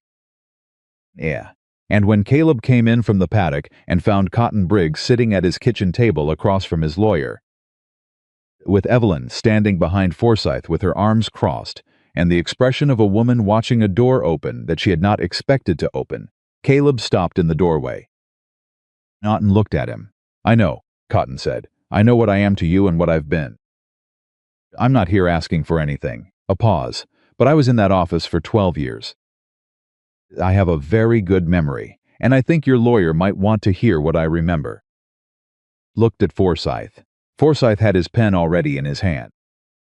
Eb walked inside and closed the door. The mountain was still burning in one small, blackened corner of the Northeast Ridge. But for the first time since the morning in Millhaven, when he had stepped forward in a dusty street, Caleb Walker felt the weight shift. Felt the tide, which had been running in one direction for a month, begin, slowly, undeniably to turn. Gerald Marsh had spent 20 years building a kingdom on a lie. The man who had helped him build it had just walked through Caleb's door. And everything was about to come apart. Cotton Briggs talked for 3 hours. Forsyth wrote without stopping, filling page after page in the small, precise handwriting of a man who understood that every word being said was worth preserving. Evelyn sat across the table and listened without interrupting, which cost her something. Because there were moments in Cotton's accounting when her jaw went tight and her hands pressed flat against the tabletop, and she had to make a deliberate choice not to speak. Caleb stood near the door for the first hour, then pulled up a chair for the second, then stopped noticing where he was sitting in the third, because Cotton had moved past the Reeves land and into territory that was worse. Gerald Marsh had done the Reeves acquisition in 1871. That was where it started, but it was not where it ended. As a widow named Hester Colm, who had lost her water rights in 1876 through a document she had signed, believing it was a tax form. There was a rancher named Boyd Whitaker, who had borrowed money from Gerald at terms he hadn't fully understood and lost his south pasture when he couldn't pay. There was a business arrangement in 1879 involving a man who had come to Millhaven to open a feed store and had left 8 months later with nothing, convinced he had failed through his own mismanagement. Not knowing that the supplier contracts Gerald had helped him secure had been quietly sabotaged from the beginning. Method after method. Always careful. Always deniable. Always leaving the victim, believing their own misfortune was their own fault. When Cotton finished, the kitchen was very quiet. Forsyth looked up from his papers. "Mr. Briggs, I need to ask you something directly." "Ask it. Why did you stay for 12 years? Cotton looked at his hands on the table. He was quiet for a moment. "Because I kept telling myself that what I was involved in was business. The valley needed a strong hand. That Gerald built things roads, the school addition, the new church roof, and that building things counted for something." He paused. "And because I was afraid. I knew enough to be afraid of what happened to people who crossed him." He looked up. "I watched what he did to Evelyn Harper over 3 years. I told myself it wasn't my place. I told myself she'd be fine." He looked at Evelyn directly. "I was wrong, and I am sorry for that, for all of it." Evelyn held his gaze for a long moment. "I believe you," she said. It was not warm, and it was not forgiveness, and it was exactly what it needed, to be the honest acknowledgement of a man who had done wrong and was choosing, but not too late, do right. Cotton nodded. That was enough for him, maybe more than he deserved. Gathered his papers. "All right," he said. "We go to court Thursday morning. I'll file the counter-motion today, which will void the warrant pending the hearing. The theft charge falls apart without its witnesses, and I will spend tomorrow making certain those witnesses understand the legal consequences of perjury." He looked around the table. "Gerald will know by tonight that Cotton has spoken to us." "Which means—" "He'll do something before Thursday," Caleb said. Forsyth said, "He will. What do we do?" "We don't give him anything to work with," Forsyth said. "Miss Harper stays on this mountain, Mr. Briggs." He looked at Cotton. "Need you somewhere. Gerald can't reach you tonight." "You have somewhere to go?" "I've got a brother in Telluride," Cotton said. "Oh, tonight," Forsyth said. "Don't tell anyone you're going except us. Be back in Millhaven by Wednesday evening. I need you in that courtroom Thursday morning." Cotton stood. He put his hat on. He looked at Caleb. "I know this doesn't fix what I was part of," he said. "No," Caleb said, "it doesn't." He let a beat pass. It's something. And something is where things start." Cotton walked out. The sound of his horse faded down the mountain trail. Forsyth closed his satchel. He looked at both of them, Caleb, Evelyn, with the careful, assessing expression of a man who needs to know whether his clients are solid enough to hold through what comes next. He said. "Whatever Gerald does between now and then you hold." "Hold," Caleb said. Forsyth nodded and went to the spare room. Caleb and Evelyn sat at the empty table. He's going to come at us tonight, Evelyn said. Caleb said, so we're ready tonight. She looked at him. How ready can two people be against everything Gerald Marsh can bring? Thought about that, honestly. Ready enough, he said. We're smart about it. He met her eyes. And we're smart. Both of us. That's something he hasn't counted on from the beginning, that you and I together are smarter than anything he's used to dealing with. She looked at him for a moment. Then she said, you're the first person who has ever said you and I together and meant it as a strength. He didn't have a response for that. It was too true to need one. Gerald moved that night. Not with fire this time. Not with P.D. Dunn's variety of men. What Gerald did was more sophisticated and therefore more dangerous. He sent a woman. Her name was Caroline Prentice, and she arrived at the mountain ranch just after sunset, carrying a basket covered with a cloth and wearing the expression of someone doing a neighborly thing. She was somewhere in her 40s, pleasant-faced, and she was one of the women who had stood in the crowd in Mill Haven the day Caleb stepped forward, one of the ones who hadn't laughed, but hadn't spoken either. Caleb answered the door. Mr. Walker, she said, I hope I'm not disturbing. I've come to speak with Miss Harper, if she's willing. I have some things I'd like to say. To her. Caleb looked at her. He looked at the basket. He looked at her face. What kind of things, he said. Personal things, she said, between women. I don't mean any harm, Mr. Walker. I promise you that. He thought about it. He was not a man who trusted easily, and 3 weeks of Gerald Marsh's methods had not improved his inclination. But there was something in Caroline Prentice's face that was genuine, a discomfort, a guilt, that Caleb recognized as the real thing because he'd seen its opposite enough times to know the difference. He stepped back and called Evelyn. Evelyn came to the door. She looked at Caroline Prentice. Mrs. Prentice, she said. Carefully. Caroline held out the basket. I brought some things. Preserves. It's not a bribe. It's just something to do with my hands while I say what I came to say. Evelyn took the basket. She looked at Caleb. He said, I'll be outside. He went to the porch and stayed close enough to hear if something went wrong and far enough away to give them what the moment required. Inside, he could hear voices but not words for about 10 minutes. Then the voices got louder. Then they went quiet again. Then a door opened and Caroline Prentice came out. Her eyes were red. She looked at Caleb. I am one of Gerald Marsh's witnesses, she said. He told me what to say. He told me I had seen Evelyn in his office. She stopped. She breathed. I was never in a position to say no to Gerald Marsh. My husband owes him money. I was afraid. She looked at Caleb steadily. I'm not going to say it. What he told me to say. I'm going to tell your lawyer the truth, which is that I will not commit perjury. For a man who has made this valley into something that everyone is afraid of. Silence on the porch was very still. Mrs. Prentice, Caleb said. Does Gerald know you're here? No, she said. And when he finds out I've been here, my husband's debt will likely come due immediately. She said it without flinching. That's what it costs. I've decided it's worth the cost. Tell Forsyth, Caleb said. Tonight if you can. He's the lawyer. He'll know how to protect you. She nodded. She went back down the trail. Caleb went back inside. Evelyn was standing at the table, with her hands pressed flat the way they did when she was working through something enormous. She told, Caleb said. She told me. Evelyn looked up. She also told me something else. Something Gerald didn't intend to send with her. She paused. Gerald has a second set of books, financial records. Everything the official records don't show: the Reeves acquisition, the Colm water rights, the Whitaker arrangement.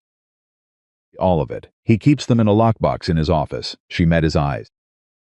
Caroline has seen it. She's seen him with it. She doesn't know exactly where in the office, but she knows it exists. Caleb went very still. If Forsyth could subpoena that box, it would be everything, Evelyn said. It would be the case, complete. Not just testimony. In Gerald's own hand. They looked at each other. He'll move it, Caleb said. The moment he knows we know about it. How long do we have? Until he finds out Caroline came here, Caleb said. Which is tonight, Evelyn said. Maybe by morning. Caleb was already moving toward the spare room. He knocked on the door. Forsyth, I need you up. Forsyth filed for the subpoena at 7 in the morning. B. Not in Millhaven. In the next county, before a judge who did not eat at Gerald Marsh's table and did not owe Gerald Marsh favors, a judge named Alderman, who had a reputation for two things: impatience with wasted time and absolute intolerance for fraud. Scythe rode through the night to get there. Caleb and Evelyn waited on the mountain. The waiting was its own kind of work.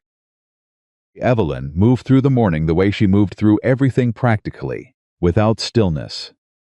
Because stillness was where fear lived, and she had learned a long time ago not to give fear a comfortable place to settle. She worked with the horses. She made bread, which she had not made before, at the ranch, and the smell of it filled the cabin in the way that smells sometimes do, when a place has been without them long enough that their return means something beyond the thing itself. And Caleb worked the fence. He came in at midday and found bread on the table and coffee on the stove, and Evelyn at the window, with the trailer below, with the particular quality of attention that is not fear but is what comes before fear if something appears. Nothing yet, she said. It's early, he said. She turned from the window. She looked at him, really looked at him, the way she had been doing more openly lately, without the force of the wariness that had been there at the beginning. It was still there. He suspected it would always be there to some degree, which was not something to fix, but something to earn against. Incrementally. Honestly. Caleb, she said. Yes, whatever happened Thursday. She stopped. Added again. I need you to know that what you did, what you've done, I have never had anyone. She stopped again, and he could see it cost her. This particular honesty, more than most. Don't have to say it, he said. I do, she said. Because I don't say things I don't mean, and I mean this. She held his gaze. You stepped forward in that street for a woman you didn't know. And you have not stepped back once since. Not when Gerald threatened you, not when Petey came up the mountain, not when the fire. Her voice stopped on the word fire, and she pushed through it. You have not once made me feel like a burden, and I have been a burden. Objectively. I have brought you debt and threats and fire and a lawsuit.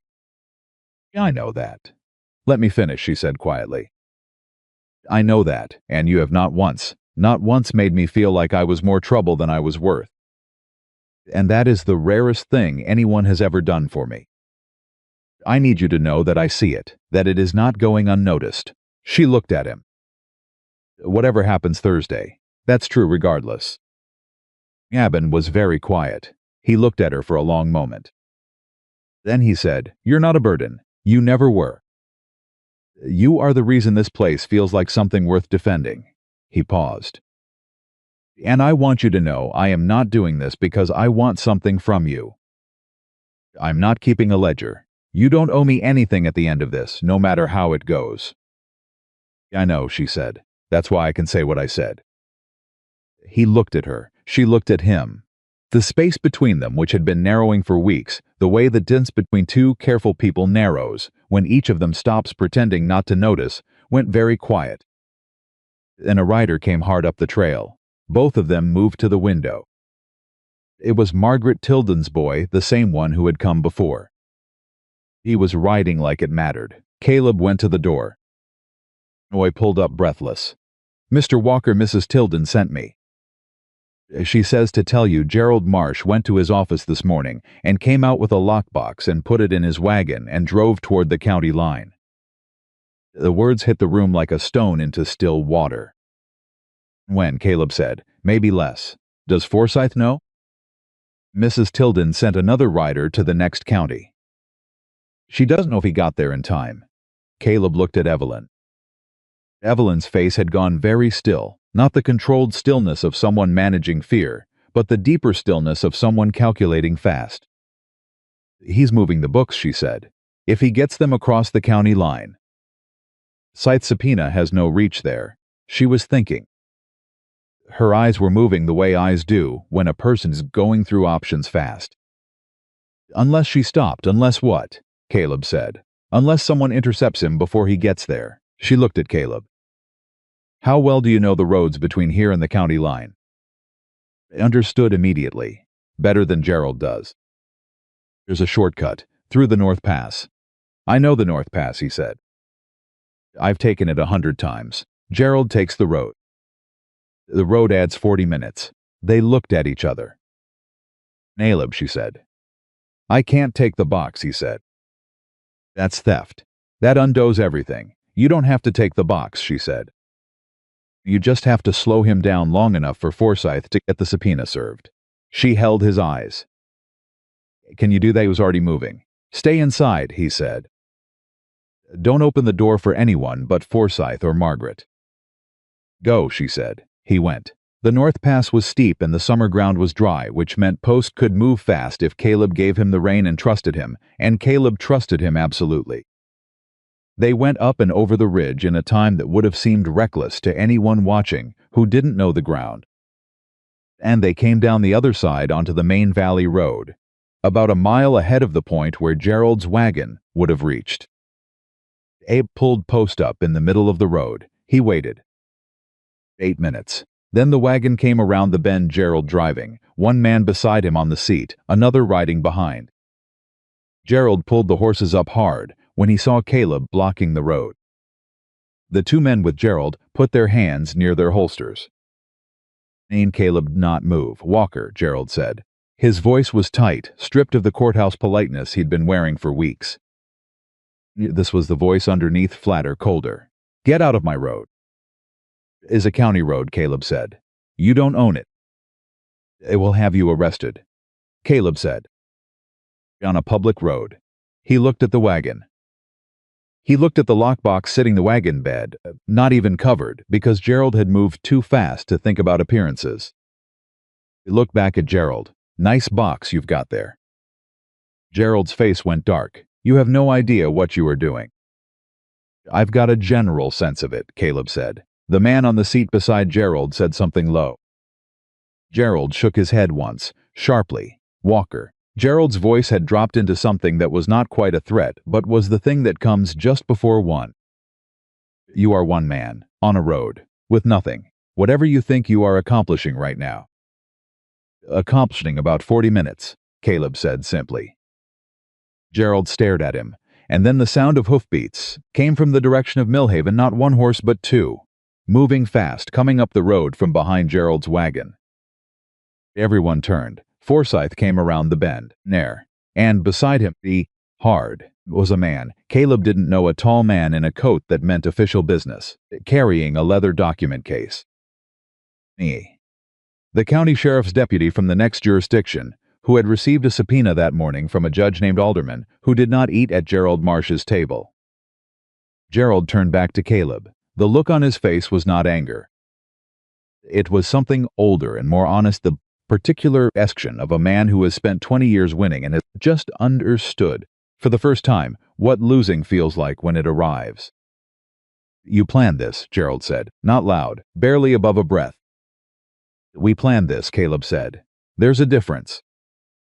Deputy reached the wagon and said the words that needed to be said. Gerald's hands went to the reins, and then away from them. The lockbox was removed from the wagon under the deputy's authority and placed in the deputy's care. Gerald sat in the wagon with his hands in his lap.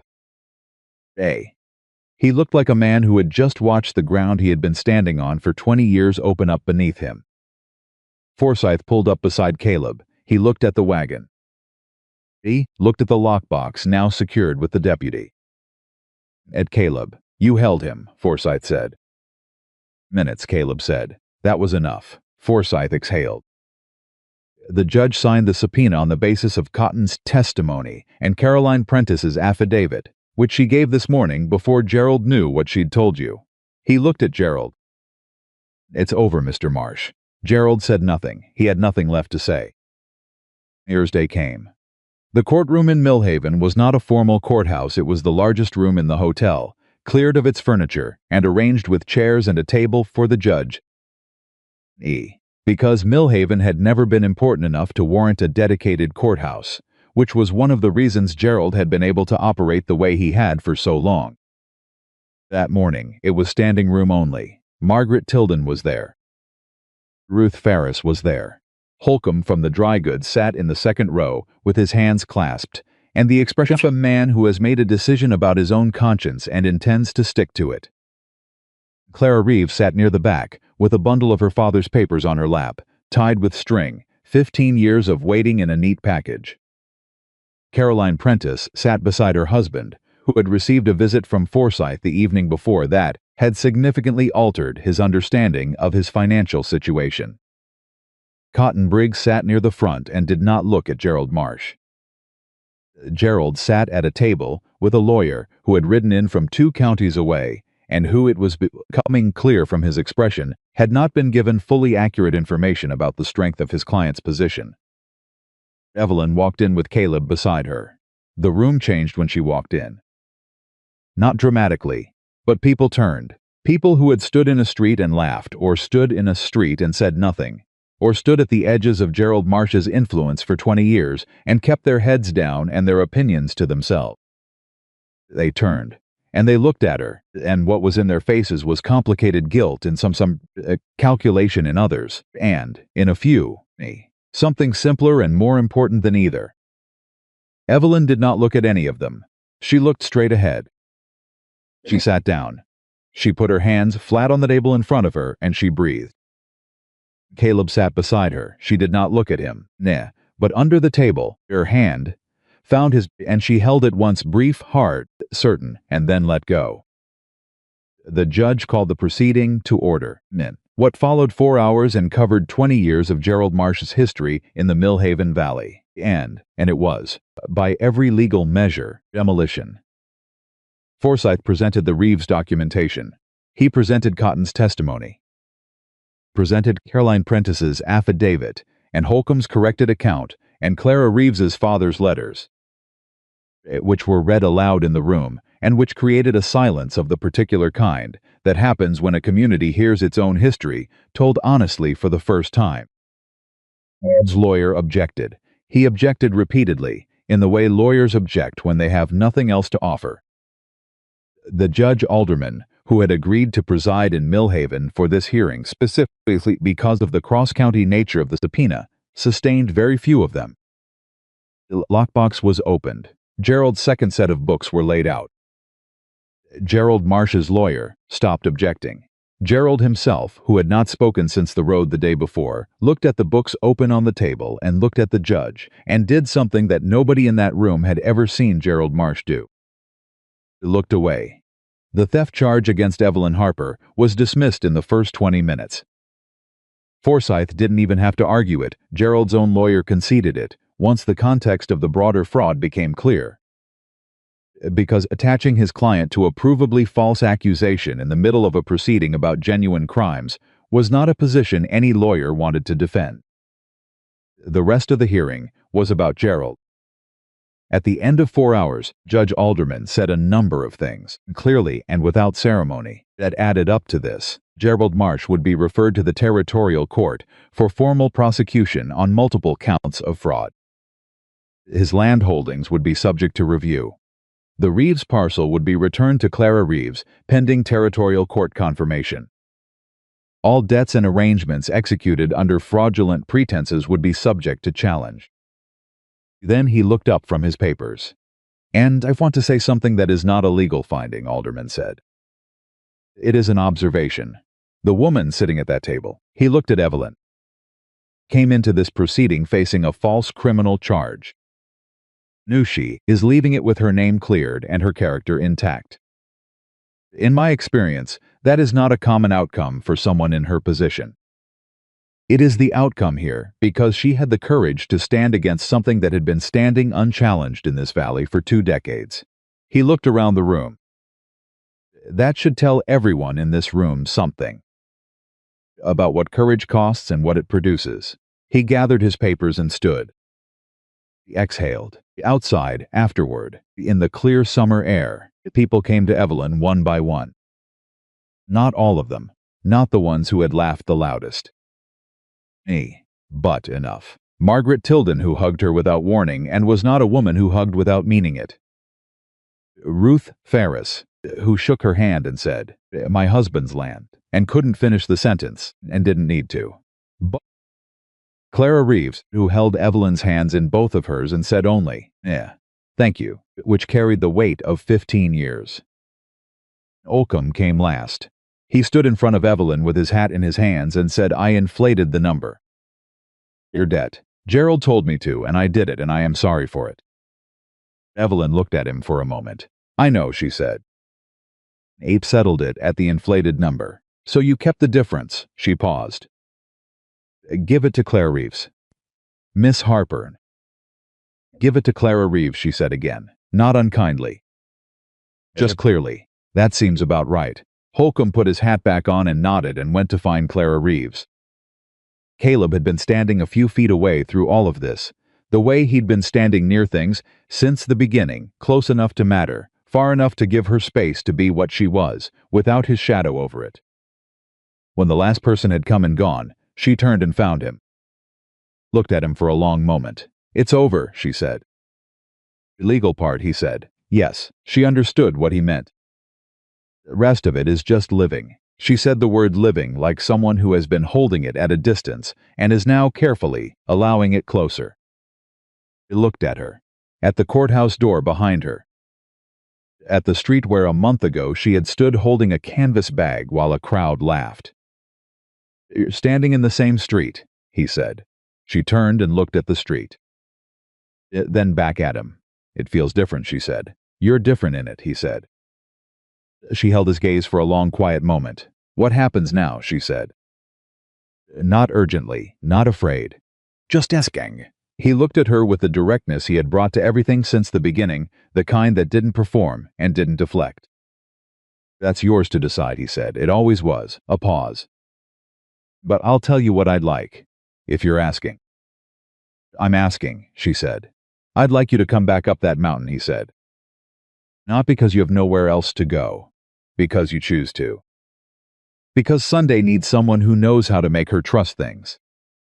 And because," he stopped, "because I have spent 15 years building something on that mountain, and I am only now understanding what I was building it for." The street of Millhaven held them. Around them, the town moved people who had come out of a courtroom, carrying new information about the place they lived and what it had been built on, each of them working out privately what that meant for who they intended to be going forward. Evelyn Harper stood in the middle of that street. She had arrived in it a month ago with a canvas bag and nothing else. She stood in it now with her name cleared, her debt settled, her testimony given, and a man beside her who had never once asked her to be smaller than she was. She looked at him. "All right, Caleb Walker," she said. Not yes. Something better than yes. The kind of answer that has done the work of deciding and is not looking back. "Let's go home." They rode back up the mountain in the late afternoon, and neither of them spoke much, and that was all right. The silence between them had changed. It had been changing for weeks, the way the water changes when it moves from cold to warm, not all at once, not with any single moment you could point to, but gradually, undeniably, until one day you put your hand in and realize it is something different than it was. The silence at the beginning had been two strangers being careful. Silence was something that had earned itself. Evelyn rode Sunday. She had not asked. She had simply gone to the paddock when they were ready to leave Millhaven and put her hand on Sunday's neck and looked Caleb, and he had nodded, and that was that. Moved under her with the settled, forward ease of an animal that has decided it is safe to trust, which was something Caleb had spent 3 months trying to achieve, and Evelyn had accomplished in 3 weeks, without appearing to try at all. He didn't say anything about that either.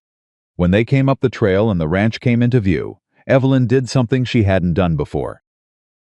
She stopped Sunday at the top of the last rise and sat there for a moment, looking at the cabin, the barn, the paddock fence, the garden with its 3 rows of late-season beans that were, against reasonable probability, actually coming up, and she sat there long enough that Caleb pulled Post up beside her and followed her gaze.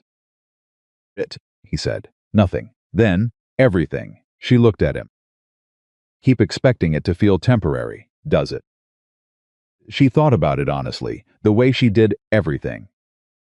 Less than it did yesterday, she said. He looked at the ranch. Good, he said. They rode in. The first week after the hearing moved differently than the weeks before it. The weight that had been sitting over the ranch, the vigilance, the waiting for the next thing Gerald would send up the mountain, lifted in the way that weights lift when a threat has been formally named and addressed. Not all at once, not without leaving a mark, but genuinely. And Caleb noticed it in the mornings first. He had been waking for weeks with the particular alertness of a man who has learned to treat quiet as suspicious, scanning for sounds that shouldn't be there before he was fully awake. The first morning after the hearing, he woke up and the alertness was still there, and then slowly, his mind confirmed that there was nothing to find, and he lay in the quiet for a full 10 minutes, simply breathing. Which was something he had not done in longer than he could remember. Evelyn noticed it in herself differently. She noticed it when she was at the fence with Sunday, and realized she had not checked the trail below in over an hour. She noticed it when she was making breakfast and caught herself humming, which stopped her cold for a moment, because she couldn't recall the last time she had hummed anything, and had not noticed herself doing it. She mentioned it to Caleb at breakfast. I was humming, she said. I didn't realize. He looked up from his coffee. What song? I don't know. Something my mother used to sing. She paused. She died 3 years ago. I haven't thought about that song since. He held her gaze quietly. What was she like? Evelyn looked at her plate. Not with grief, or not only with grief. With something more complex, the kind of remembering that has love and loss so thoroughly mixed together you can't separate them. She was practical, Evelyn said. She never had enough, and she never complained about not having enough. She just worked. She made things out of whatever was available, and she didn't mourn what wasn't. She paused. She would have liked you. He didn't say anything for a moment. Then why? Because you're the same. You don't perform your goodness. Just do it, and then move on to the next thing. She looked at him directly. Most people who are good want you to notice. You seem almost annoyed by the idea. He almost smiled. I'm not annoyed by it. You're uncomfortable with it. That's different, he said. Is it? He thought about it. A man who does a thing because he wants to be seen doing it is doing a different thing than a man who just does it, he said. I'd rather just do it. She looked at him for a long moment. My mother would definitely have liked you, she said. Forsyth sent a letter 8 days after the hearing. It was thorough and precise in the way Forsyth's communications always were, and it contained several developments. The territorial court had accepted the referral. Gerald Marsh had retained new counsel, expensive counsel from Denver, which suggested he understood the seriousness of what was coming. Reeves' parcel transfer was proceeding. 3 other Valley landowners, emboldened by the hearing, had come forward with their own accounts of irregular transactions with Gerald, which meant the territorial case was growing larger than any single complaint. And at the bottom of the letter, a paragraph that Caleb read twice and then handed to Evelyn without comment. Read it. Then she read it again. It said a man named Gerald Marsh, through his new counsel, has made a settlement inquiry regarding Miss Harper specifically. He is prepared to offer a sum of money. Forsyth named the figure in exchange for Miss Harper agreeing not to testify in the territorial proceedings. The offer is legally hers to accept or decline. My recommendation as her attorney is that she decline. Her testimony is central to the case, and the settlement figure, while substantial, does not reflect the value of what she provides to the prosecution, nor does it reflect what she is owed for what was done to her. But this is her decision. Evelyn put the letter on the table. Caleb watched her. She was quiet for a long time, not the calculating quiet of working through options, but the deeper quiet of someone who has already decided and is making sure the decision is solid before she says it out loud. No, she said, one word, clean. You're certain, Caleb said. Not challenging her, confirming. He wants to buy my silence because he knows my testimony finishes him, she said. He has been buying people's silence in this valley for 20 years. I am not going to be one more. She looked at Caleb. Whatever the number is, it isn't enough. There is no number. Abe nodded once. All right, Forsyth, he said. Tell him thank you, she said, for asking instead of deciding. Yeah, he wrote the letter that afternoon. What came back from the valley in the days that followed was not dramatic. It was the slow movement of a community working out what it believed, now that the structure it had been organized around had collapsed. People made decisions, small ones mostly, that accumulated. Holcomb had given the inflated debt difference to Clara Reeves, as Evelyn had asked. Clara Reeves had used part of it to repair the fence on her father's land, which was now being formally returned to her, and had used another part to pay off a debt she had been carrying since her father's decline. She sent Evelyn a note that said only, "The fence is fixed. Land is ours again. I don't have words for the rest of it, so I won't try." Ruth Ferris's husband filed a formal challenge to the terms of the arrangement that had cost them the south pasture. Forsyth took the case on the basis of the Marsh proceedings. Wrote to Caleb that he expected to prevail. Caroline Prentice's husband received a visit from Forsyth, explaining that several of Gerald's outstanding debt instruments were under review for fraudulent terms, and that his debt in particular appeared to fall into that category, and that there was a reasonable possibility it would be substantially reduced or voided entirely by the territorial court. He came home that evening and sat at his kitchen table and put his head in his hands, and Caroline sat across from him and didn't say anything because there was nothing that needed to be said. And Cotton Briggs came back from Telluride. He came up the mountain on a Tuesday with no particular announcement, just rode up the trail and found Caleb at the paddock and dismounted and stood there with his hat in his hands. "I need work," Cotton said. "I've got 12 years of ranch management experience, and no one in this valley who'll hire me right now on account of my history." He looked at Caleb directly. "I'm not asking for charity. I'm asking for the chance to do something I'm not ashamed of." Caleb looked at him for a long moment. "The north fence needs rebuilding," Caleb said. "Damage. It's about 2 weeks of work. I can do that. After that, I don't know yet. We'd figure it out as we go." "That's fair," Cotton said. "It's not generosity," Caleb said. "Need the fence fixed, and you're someone who knows how to fix things." "That's the whole of it." Cotton nodded. "That's enough." He started the next morning. Evelyn watched Cotton work on the fence from the paddock on the third day, while she was working with Sunday on leading exercises. She watched him for a while, his method, his pace, the way he handled the posts and the wire with the efficiency of someone who has done physical work long enough that it lives in his hands rather than his head. She walked over at midday when he stopped. He looked up. He clearly wasn't sure what was coming. "You did a good thing," she said. "I know it cost you." Cotton held her gaze. "It didn't cost me enough, not compared to what I was part of." "No," she agreed, "it didn't. But you did it anyway." "That matters." He looked at the fence post in his hands. "Miss Harper," he said, "I heard Gerald say things about you in that house over 3 years that I should have spoken against." "I didn't. I told myself it wasn't my place." He looked up. "I'm going to have to live with that." "Yes," she said simply. "It will." She looked at him for a moment. "How you live with it is your business. What I'll say is the man I see fixing that fence is a different kind of man than the one who didn't speak. I think you know that too." She went back to Sunday. Cotton stood at the fence post for a moment. Then he drove it into the ground and moved to the next one. The territorial court date was set for October. Forsyth came up to the ranch one evening in late August to go over what Evelyn's testimony would cover. And they sat at the kitchen table for 2 hours, while he walked her through the questions, and she answered them with the directness and precision that had characterized everything she did. Caleb sat at the other end of the table and read and did not offer opinions, because she didn't need his opinions and she didn't need him to perform concern.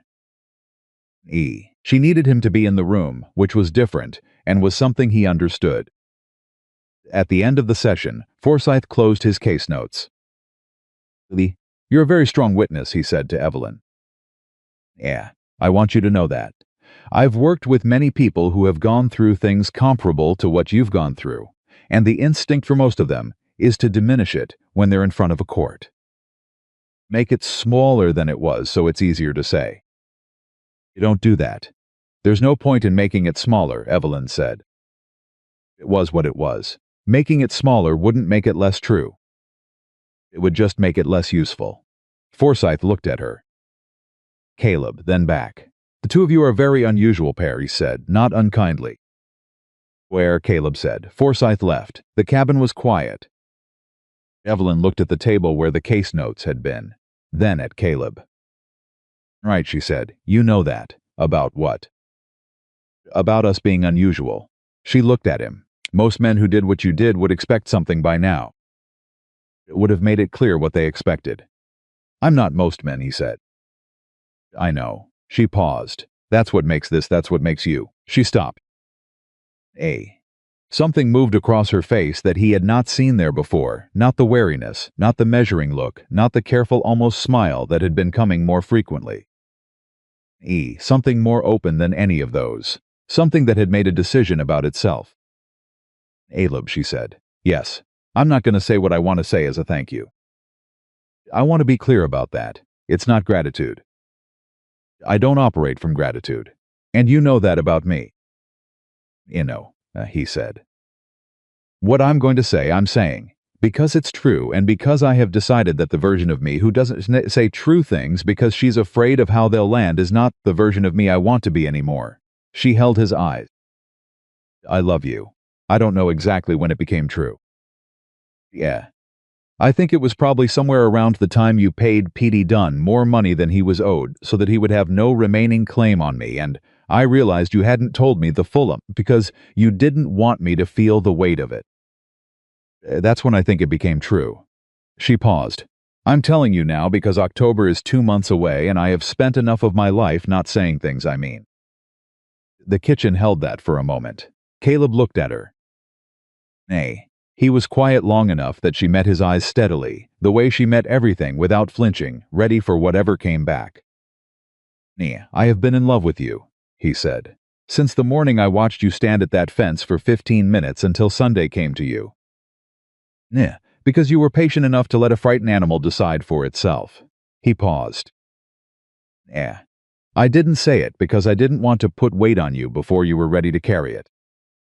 I didn't know when that would be, so I waited." "In waiting," she said. "I'm a patient man." "You are," she said. "You are the most patient man I have ever met." The corner of her mouth moved.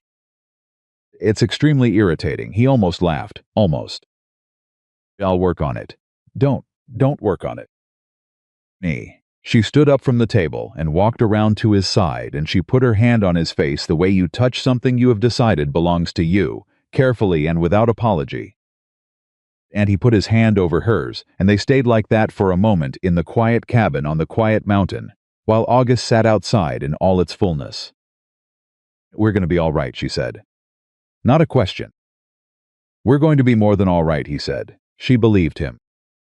Not because she needed to, because she had watched him for 2 months, and he had not once said a thing he didn't mean. October came. The territorial court proceedings lasted 4 days, which was 2 days longer than Forsyth had anticipated, and 3 days fewer than Gerald's new lawyer had hoped for. Evelyn testified on the second day. She was in the witness chair for 2 hours and 40 minutes, and she answered every question in the same way she did everything directly, without embellishment, without diminishment, looking at the judge rather than Gerald, which was the right choice not for tactical reasons, but because he was simply not worth her attention anymore. Gerald's lawyer tried 3 different lines of attack on her credibility. First suggested she was motivated by personal grievance. She said, plainly, that she was motivated by the truth, and that the two were not the same thing, that if he had documentation contradicting her account, he should produce it. He did not produce it. The second suggested her memory of the conversations she had overheard in Gerald's was unreliable. She recited the date, the time of night, specific words used, and the names of the two men speaking. Gerald's lawyer moved on. The third suggested she had something to gain from the proceedings. She said yes, she had something to gain, she had her name to gain, which had been taken from her, and she intended to have it back. Courtroom was very quiet after that. Cotton Briggs testified on the third day. He spoke for 3 hours. Nay, he was specifically methodical in fleeing, and in the way of a man who has made his peace with the consequences and is therefore unafraid of the questions. Testified on the fourth day and read from her father's diary. And there was a particular quality to the silence in that court during those readings, the silence of people hearing a wrong named precisely, finally, after 15 years. Gerald Marsh was convicted on 4 counts of fraud and 2 of coercion. His land holdings were ordered reviewed by the territorial court. 3 parcels, including the Reeves land, were to be returned. Financial penalties were imposed. Further charges from other affected parties were pending. A. He was not sent to prison that day that would come later, through the additional proceedings that Forsyth had already begun preparing. But he was finished in the valley. That was clear in the way it was clear to everyone in the room simultaneously, in the way a man looks when the structure he has lived inside for 20 years falls away, and what's underneath is just a man, ordinary and diminished and exactly as consequential as his actual choices. Evelyn walked out of that courtroom with Caleb beside her, and the air outside was the sharp, clean air of an October Colorado afternoon. And she stopped on the steps and tilted her head back, and breathed it in the way a person breathes when they have been holding their breath for a very long time. It's done, he agreed. She lowered her head. She looked at the street, the same street.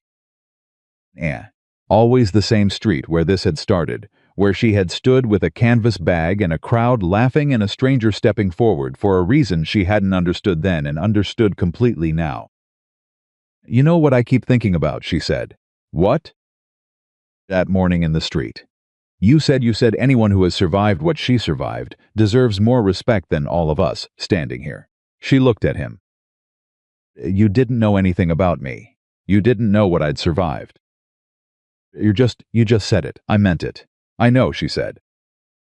That's what I keep thinking about. You meant it before you knew me. And then you got to know me and you kept meaning it. She paused. That's a rare thing, Caleb Walker. I want you to know I understand how rare it is. He looked at her in the October light. You would have done the same, he said. Anyone standing in that street. She thought about it. Maybe, she said. I hope so. She looked at him. It was you who did it. So that's what I've got. We're married in the spring. Not in a church, because neither of them was inclined toward ceremony for its own sake, and not with a large gathering, because neither of them had come to this through the kind of life that accumulates large gatherings. Margaret Tilden was there.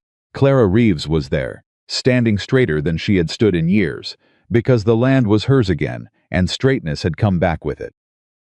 Forsyth attended and was gracious and practical about it, which was his nature. Orton Briggs stood at the back and held his hat in his hands and did not try to occupy more space than he'd been given, which was the right thing. The judge who married them was not Judge Alderman, who had gone back to his own county.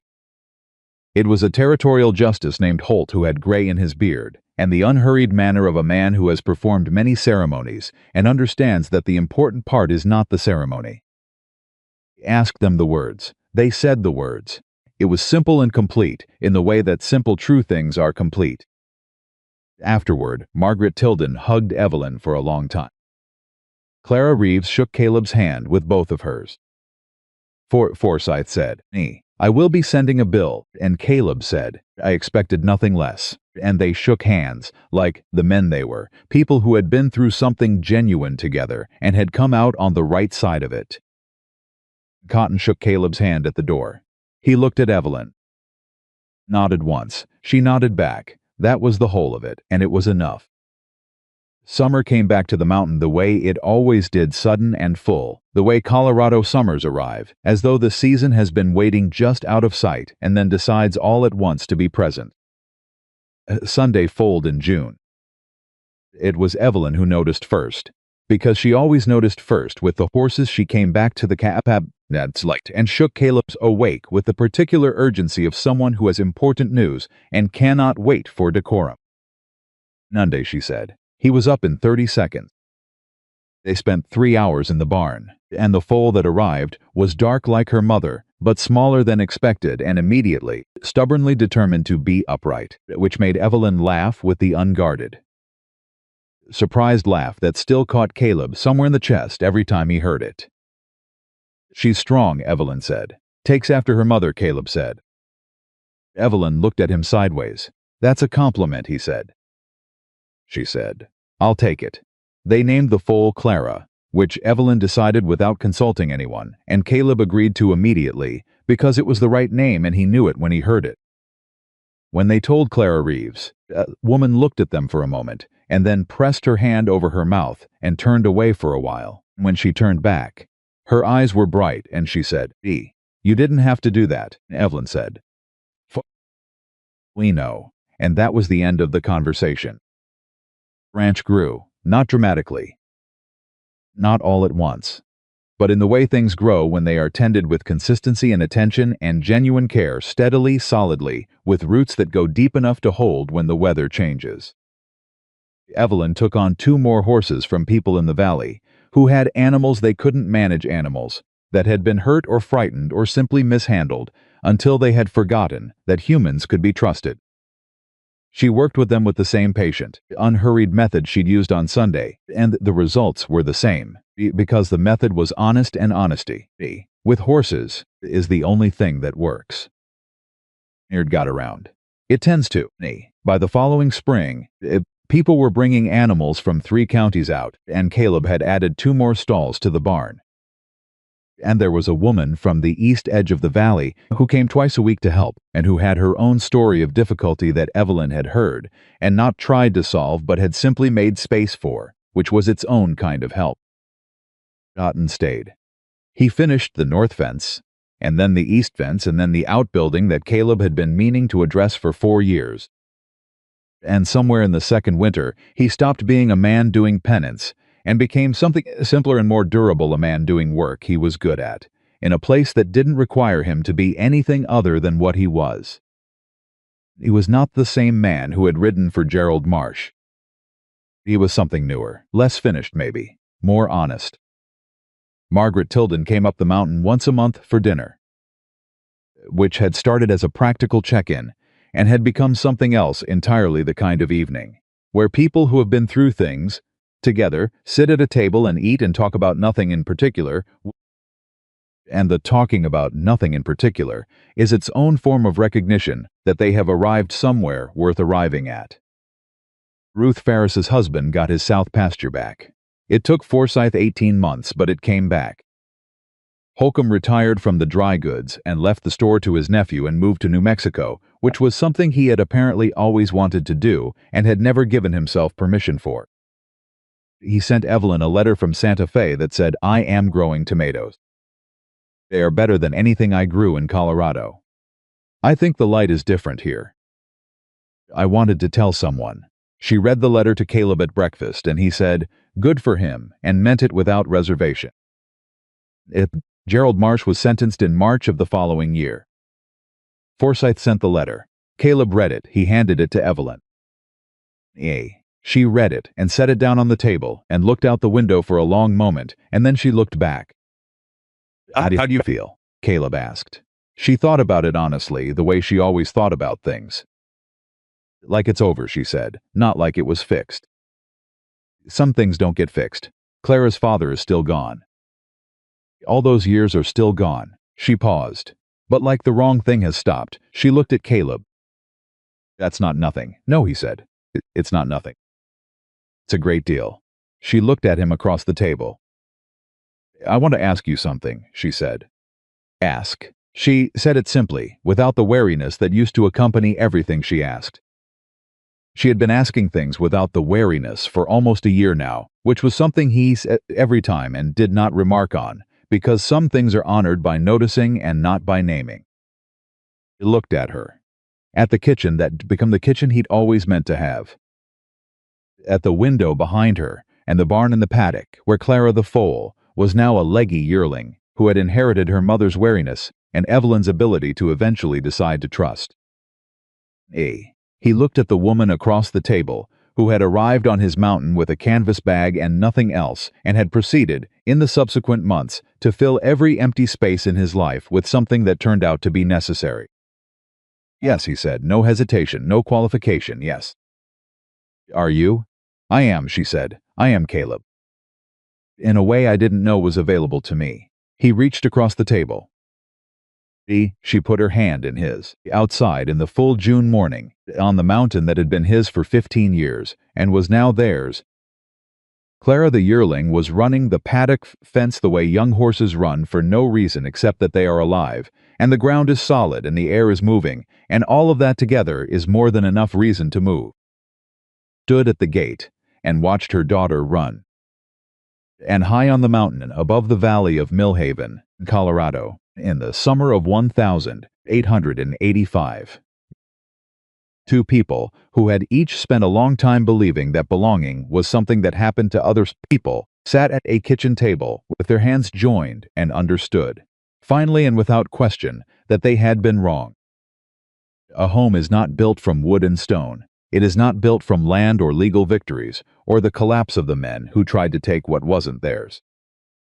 It is built in the space between two people who choose, every morning, to stay. Caleb Walker had stepped forward in a dusty street 2 years ago for a woman he didn't know, and the town had called it foolishness, and Gerald Marsh had called it weakness, and the mountain had called it nothing at all. Because mountains don't judge the choices made at their feet. Evelyn Harper had called it the beginning, and she had been right. She was, as Caleb had come to understand completely and without reservation, almost always right. And the man who had spent 42 years building a life for one person had finally understood what he had actually been building all along. He had been building it for her. She had simply needed time to find her way up the mountain. And now that she was here, neither of them was leaving.